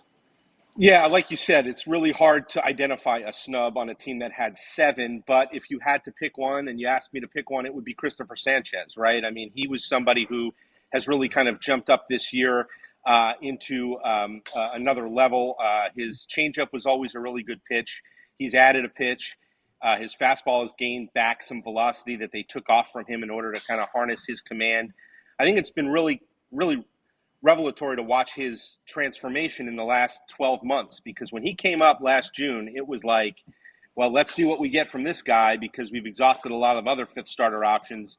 Maybe he can get us through until the All-Star break when we can acquire someone. And they did acquire someone in Michael Lorenzen, who it turns out like they really ultimately didn't need, because Sanchez was really, really strong down the stretch, and he's taken it to a new level. So I kind of wondered whether the election of Zach Wheeler would open the door for Sanchez, because Wheeler is starting Sunday and can't pitch in the All-Star game, but they've already replaced him. So I think it would take somebody else bowing out this week for Sanchez to get in, if he's going to get in. And that would be the one snub if you're going to have to pick one from the Phillies roster. Yeah, it seems like there's either an injury or somebody's pitching. There'll be a couple guys that will get in that should have earlier. I want to talk about the injuries a little bit. Schwarber, Harper, Real Muto, where are they at? And, how do you see those guys after the All-Star break? What do you think times table is, if you have any?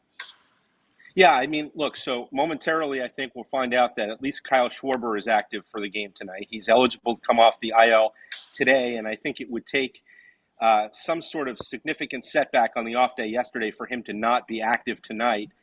And I think Bryce Harper might be active as well. He ramped it up in Atlanta over the weekend in terms of his running the bases. He was going to be very, very close to this day all along. They said it was a mild strain, I think probably a grade 1 mild strain, and that it wasn't going to take much longer than the 10 days. Well, today is the first day that he can play as well. So if it's not today, it's going to be tomorrow. I think it's imminent here that he's going to be back as well. And then Real Muto is probably not far behind those guys. When he was injured, they looked at it and they said, well, it's about 4 or 5 weeks, plus, you've got the luxury of having the All-Star break. And he said, look, if I can play before the break, I'd like to do that. I'm not going to be stupid about it, and I'm not going to come back before I'm ready. But he was progressing really well last week as well. So it won't be today, and it may not be during the Dodgers series, but I think there is an outside chance that he gets back over the weekend. If not, it'll be really right after the break. And that'll be the first time, assuming nothing else occurs here this week, that will be the first time since the beginning of May 3rd, that Schwarber, Harper, Turner, and Real Muto will all be in the lineup at the same time when JT gets back. So the Phillies have not ceded a whole lot of ground in the absence of those guys, and now they're going to get them back. They will say that they've had injury problems like everybody else. To that I say, well, the Braves and the Dodgers are probably wondering where the Phillies hide the horseshoe, because their injuries have been relatively short-term ones. They're getting their guys back, and that's a pretty big boost 3 weeks before the All-Star break when you can add Kyle Schwarber and Bryce Harper back into your lineup. It's crazy that Harper's in his 12th year. He's almost 32 years old, and he's never had a hamstring injury. I know what the MRI said, and I know this guy's like Superman, like he grows hair faster than anybody, and he heals from crazy injuries. The one where he hit the first base bag and looked like he hyperextended his knee, and he was out for 6 minutes. Is there a fear, because he's never done this before, that the team wants to take it slower than Harper does, who essentially is coming back and proving that, I can play in the All-Star game, which I think seems like it matters to me that Harper plays in the All-Star games to Harper. Yeah, I agree with you, Eric. It matters to him. I think that he hasn't played in one since 2018 and has not played in an All-Star game as a Philly. Injuries have kind of gotten in the way of that last year when he was coming back from Tommy John. So that slowed him down at the beginning of the year. The year before, he gets hit in the thumb, breaks his thumb, can't play in the All-Star game after getting elected. So I think he really wants to do that. And it's a fair question. You know, like, are they moving at his pace? Is his pace different from their pace? I don't think anybody wants a reoccurrence of this. So I think that, you know, if it's not today, that's probably because they're telling him, take another day. You know, take today, maybe take tomorrow. But I think if they don't have any concern, and they've been pretty good on this with getting their guys back from some of these soft tissue injuries that have not reoccurred. You know, Turner being a good example of a more severe soft tissue injury, but one that they took their time with, and could have brought him back a little bit sooner than they did, and they did not, and he has not had any reoccurrence of it. So I think if he's not in the lineup today, it's probably because they said, hey, take another day and let's go through a little bit more testing. I've not seen him run the bases yet. He's been running the bases early the last, I would say, week or so in Chicago and in Atlanta. So maybe that's a sign that they've seen all they need to see and that they're ready to activate him tonight. And the other reason I say that is there's 2 more spots in the home run derby.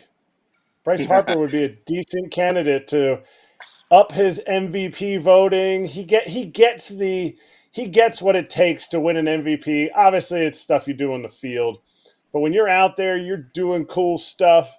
Is there a desire for Harper to play in the home run derby and maybe rushing this off the IL again here?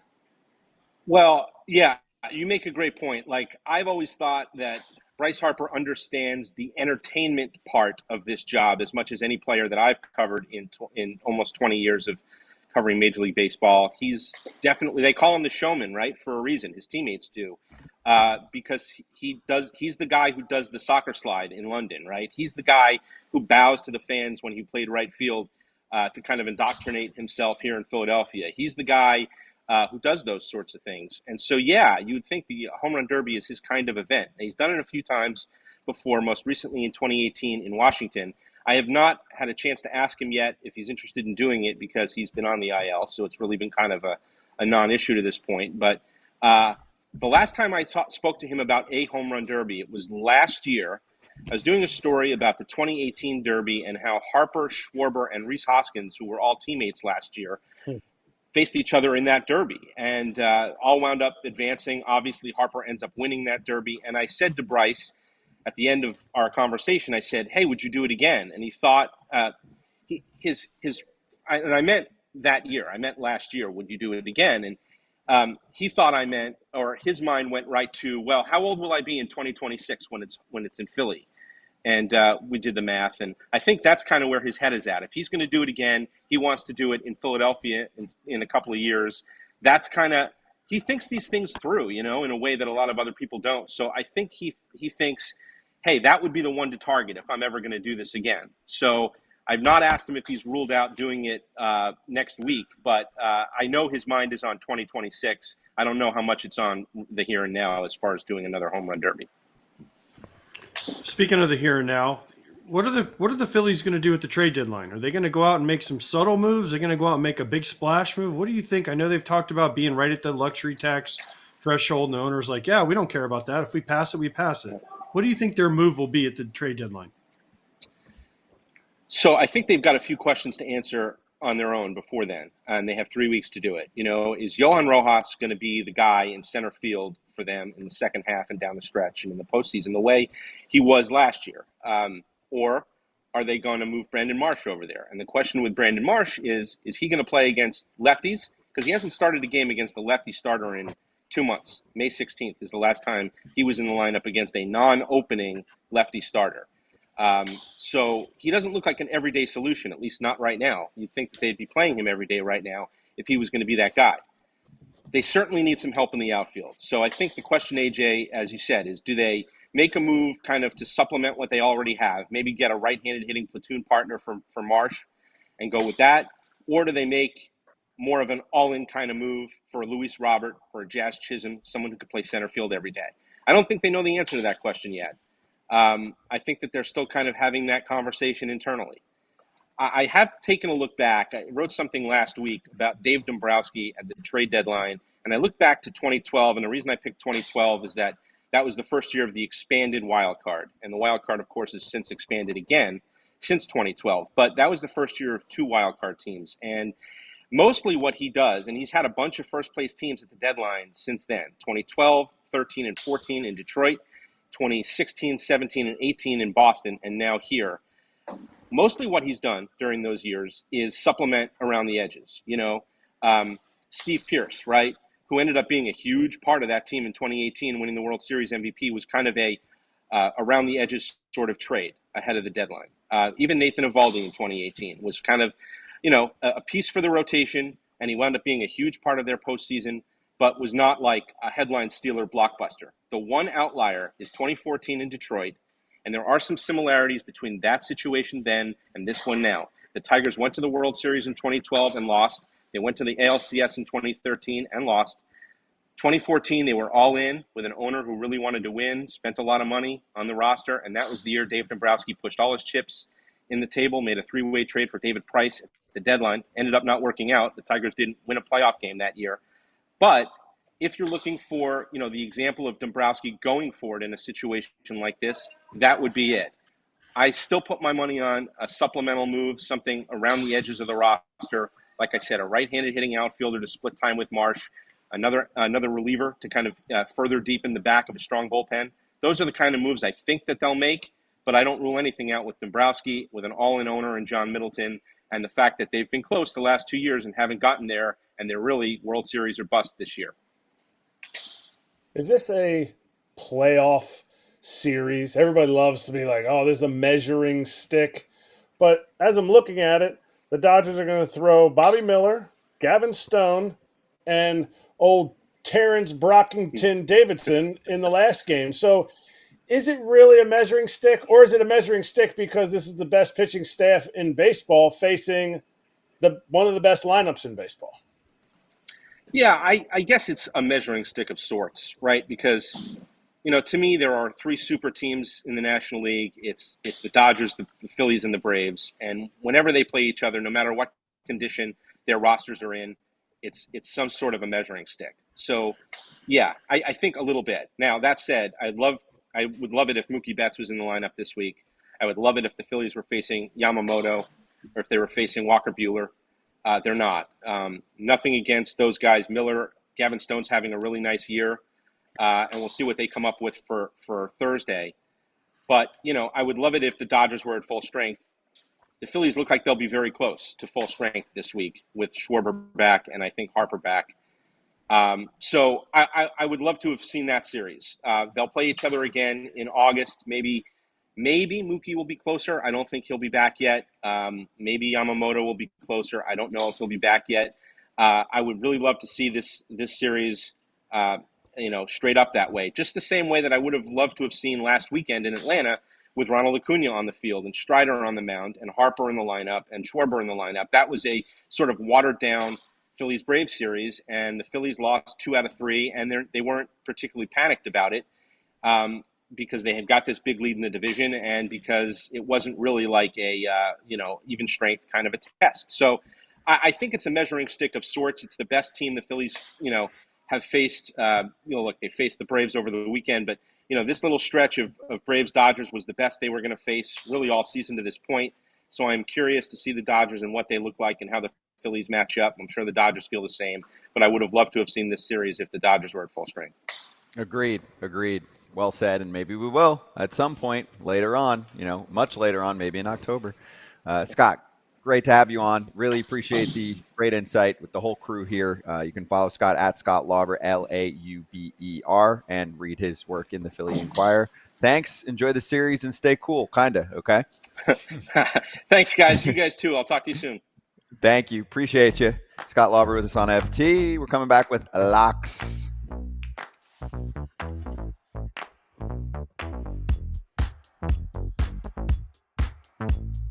I mean, that's the thing that, like, you guys for sure are more athletic than I am, but you could not do what I do. I believe it. I promise you. And I'm not saying that with arrogance. No, I feel like I could drive a car around in circles. If you went into the sauna and you set it at 140 degrees, and you just sat there for 4 hours, you wouldn't make it. Now you add The mentality of it. G-forces, you add just the physicalness of it. No air conditioning. What's the little hose thing that blows? So the hose is a carbon dioxide filter so that you're not breathing in gas because you gas yourself out, right? So the exhausts are right underneath us. We're around 40 other cars, and so you're sitting on the street in rush hour traffic with your windows down, just breathing it in, right? So there's carbon dioxide, but it takes the ambient air, right? So it's taking air that's going to be 85 degrees today, and it's just filtering it out. And so we don't have an air conditioning system where you can set it at 70. It'll be 125 degrees inside the car today. You want to be rich, invent an air conditioning system. It would be awesome. What if you have to go to the bathroom, Michael? Typically, you don't have to because you'll lose like 7 to 10 pounds of water during the race. That's a great way to lose weight. But if you have to, you just go. I mean, it's not that big of a deal. I mean, Alana's like, hell no. Yeah, you're already. I mean, you're both already of us are like, yeah, we get it. You're already Alana's soaked. like, yeah. no. So, but that's the hardest part of what we do, and then just the mental focus that it takes. There's no breaks, right? Like you're not just every second you are processing a lot of information. And even though you have a little bit of a straightaway, even on the straightaway, you're still trying to hit your shift lights. You're still trying to get everything just right. So you never have that time to just relax. Yeah. So it's very high intensity for a long period of time. And that's probably the biggest difference.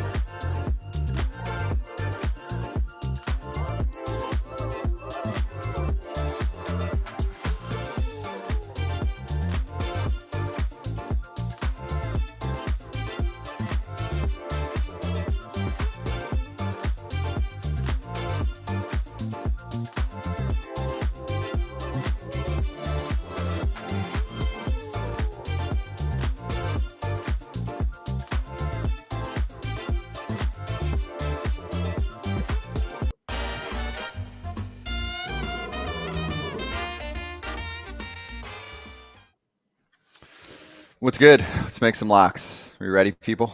Let's fly through this, and then we have a little special segment at the end of this segment. So I got voided in an SGP. Marcell was pushed back because of, quote, extra rest or whatever you want to call it. Yeah. AJ, which part got messed up? Larnach hit a home run in the first inning. Damn, Larnach. Kratz, good job. Sweaty, good job. Yep. Sweaty. Like Todd in the home run derby sweat. like Speedball. Like Shaquille O'Neal in the playoffs. Oh, yeah. All right, so since I was voided yesterday and I sent in my pick before the show, which is what we always do, I can go first because you guys are funny. My game got washed out. And I was like, you know what? I take this seriously. I don't have time to do the proper research. And my game got washed out. So it is what it is. I was going with Waka and KC and St. Louis on an under that I was going to tease. But maybe I'll go with it tomorrow. So I'm a loser. Kratz, what do you have?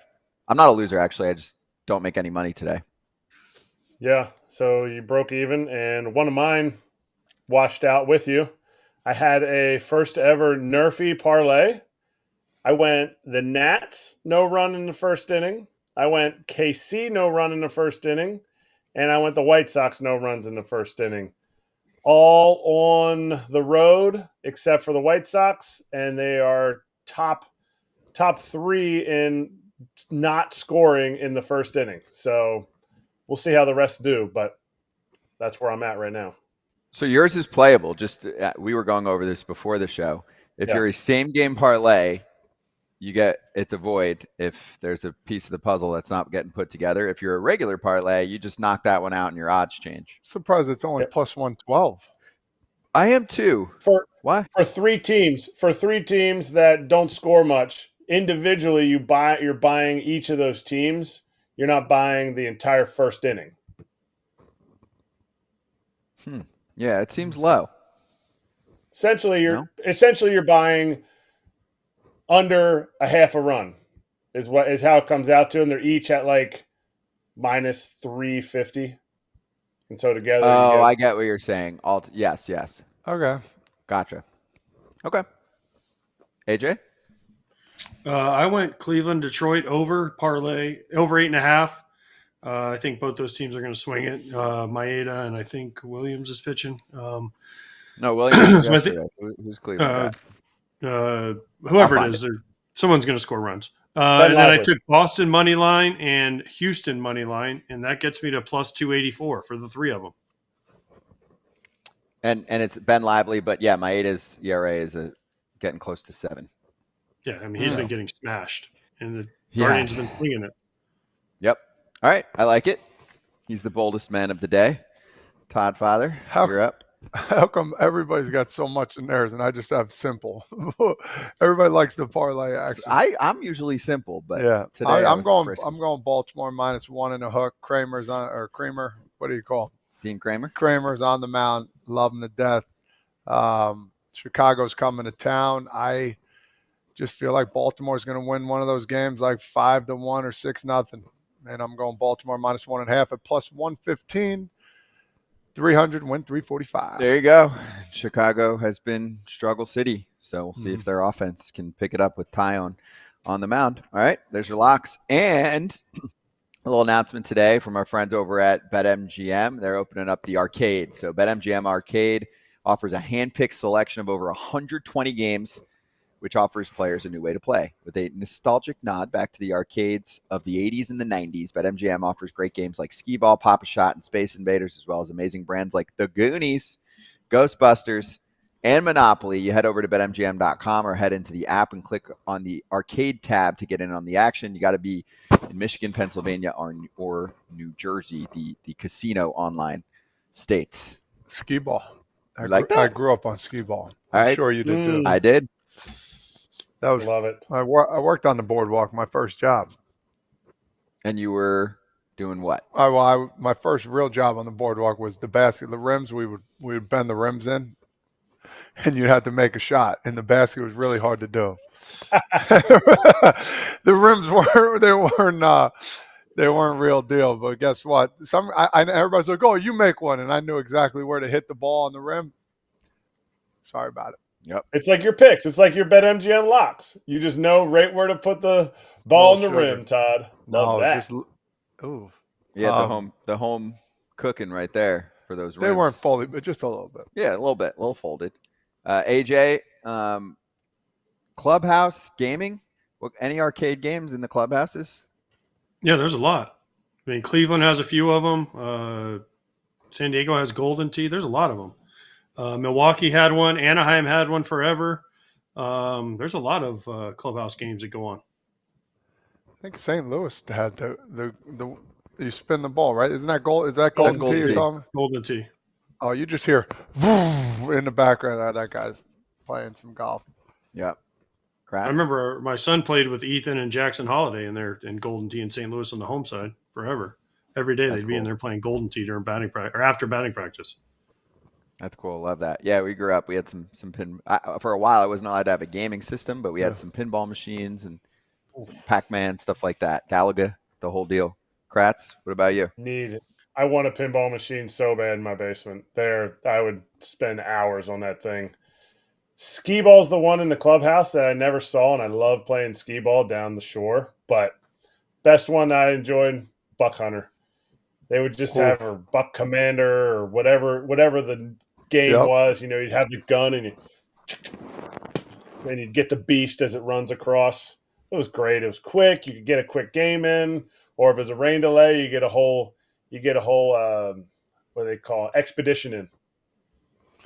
I got a guy who sells pinball machines. If you're looking for one, hit me up after the show. I'll DM or you can go inside the BettMGM app. The one I'm most curious about, by the way, because I'm in Jersey right now, so I'm going to play myself a little Monopoly later because I'm curious how that plays out in the app. Yeah, I don't know. I want to see how that works. You might be there forever. I might, but tonight while I'm watching the game, second screen experience. It is a long game. Lastly, you can win up to 10,000 times your bet. So good luck to me tonight. I'll be checking that out. Probably play a little poker too. Again, that's in Michigan, Pennsylvania, or New Jersey. Be right back for Slap Hands on FT.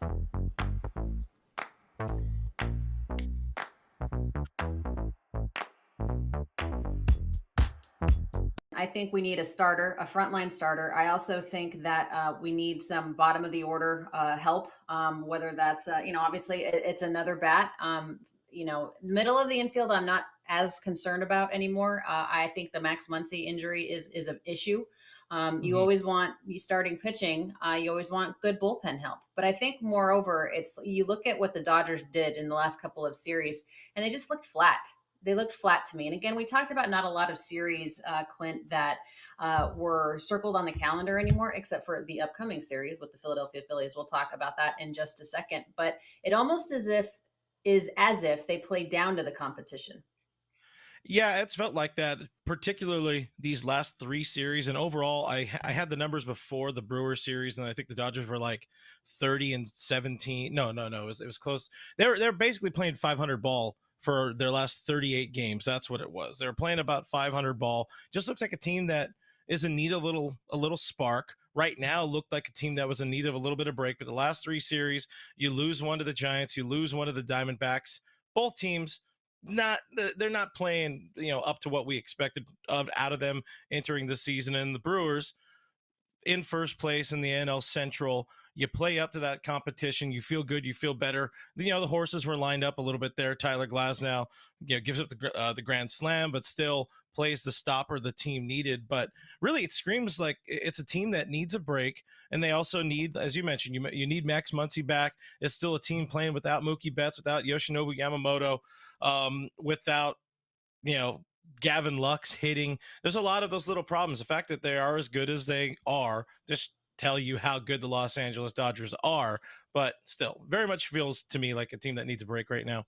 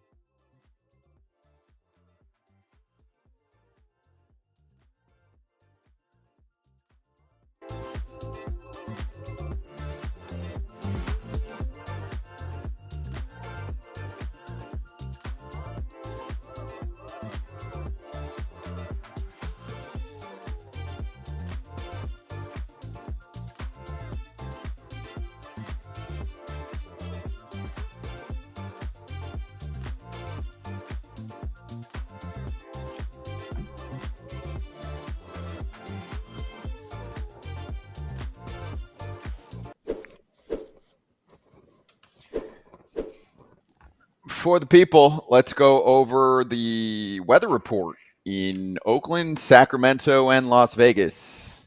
Who would like to play today's meteorologist? Over here, since I already have it right here. Okay. Over here we have Oakland. Very sunny and nice. Sometimes at night the marine layer comes in and some of these blue clouds turn a little gray, but it's 75 degrees. Down here, we have exactly right here. This is what you got in Sacramento and Vegas. It's freaking hot. Yeah. It is not Which awesome is to fine, watch a though. game in. No, but Kratz, it's fine. You can watch a game. In fact, no, I'll tell you why it's fine. Because you have a retractable roof, so you can enjoy the beauty of the weather in the times when it is like 80 in April, and then when it's hot as hell, you just close up that roof. Oh, wait, we have no retractable roofs here. We have a dome for Vegas, okay, and Sacramento, which is going to be years and years on artificial turf, is going to be a hot 110 piece sometimes for people, and maybe even more over the next few years. So, guys, AJ, if you suddenly ended up with the A's, the Sac-Toe A's, how would you feel catching 9 or maybe even a double header on occasion in 110 with some heat? You think Sunday's draft show for 3.5 hours is rough? Yeah, it would be warm. It'd be warm. But listen, I played in Texas where it was 115. We take the field at 7 p.m. So you get through it. Turf makes it worse. I played in the old vet and it was 150 on that turf, I swear. You just figure out a way to get through it. It's going to suck, though, because listen, there's not going to be a lot of shade in Sacramento. There's not going to be a lot of places to hide from the heat. So it's going to suck. They're going to have to do something about that. I don't know what, but they're going to have to figure out a way. They're going to play a lot of night games. Yeah, here's the biggest thing. Fans, too. Obviously, the players are in better shape. They're out there getting paid, and I'm sure you guys, get the cooling that you can get, in the dugout and the whole deal. Fans have to want to go. You got to pay for that experience. You're trying to take the kiddos to a little 110 piece game. Okay, fine. Nighttime, maybe it hits, 101. Why aren't they not having a retractable roof? Because it's in Sacramento. It's a minor league ballpark. Oh, that's okay. Now it's the minor league park. They're gonna. In Vegas though, they're gonna have one. In Vegas, it's just a dome. Yeah, I was gonna say, but yes. But we're in Sac-Toe for years, according to the current plan. Years. You mean more than 2? More than 2. I think it's at least 3, maybe 4. Tough. I don't know. I don't have an answer for you. I think it's what he said. The whole thing is really dumb. Mm-hmm. I can attest to being on the Phantom DL when I was in the Florida State League. So I was just a fan. I wasn't in uniform. I was sitting in the stands. And it was so hot. And you sat there and sweated. You watched your teammates sweat. And you're like, man, do I feel so much worse. Sitting as a fan and sweating through all of your clothing is embarrassing. As a player, you know what? You figure it out. Ammonia towels, you do that. Just like AJ said, Texas, you're fine. That in Sacramento is going to be miserable. For fans, they just won't come out. They won't even come out to watch Aaron Judge hit home runs. Yeah, we'll be talking about it. You're right. We'll be talking about it. And for those watching on TV, we will see you on Wednesday. Max Scherzer, Ken Rosenthal, and super agent Jeff Berry all joining us. Then we will see you on Wednesday.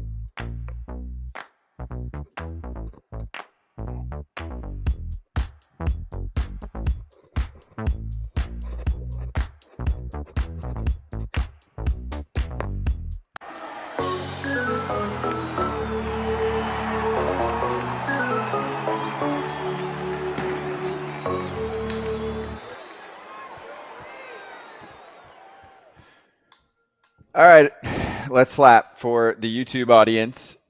First off, Kratz hats. It's kind of blending in with your surroundings. See that? Last one of the road trip.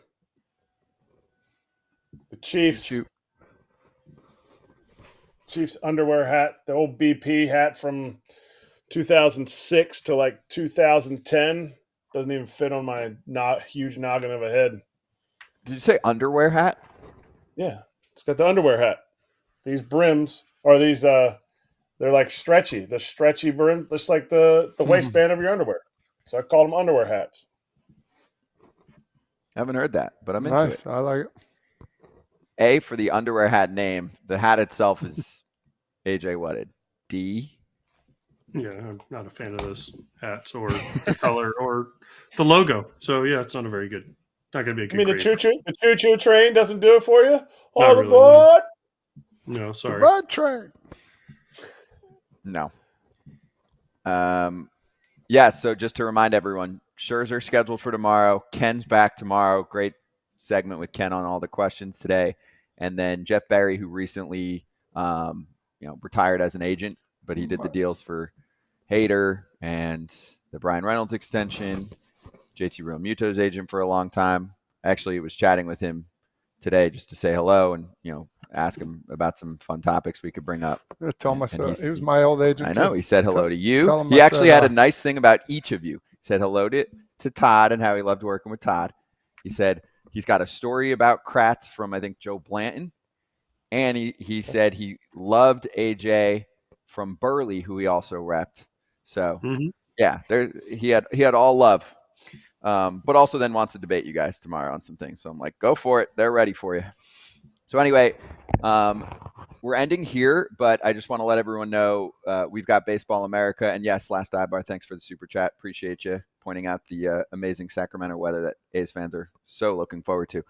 We have Baseball America Hot Sheet coming up next, so just stay here, and we will flip you over to Hot Sheet, which gives you the most comprehensive coverage of the MLB draft coming up. We're going to do a special Hot Sheet Roundtable show tomorrow, which includes dudes from other publications as well, which we're looking forward to. A lot of draft and prospect coverage on the FT and Baseball America YouTube channels coming up. So anyway, we will see the FT fam on Wednesday.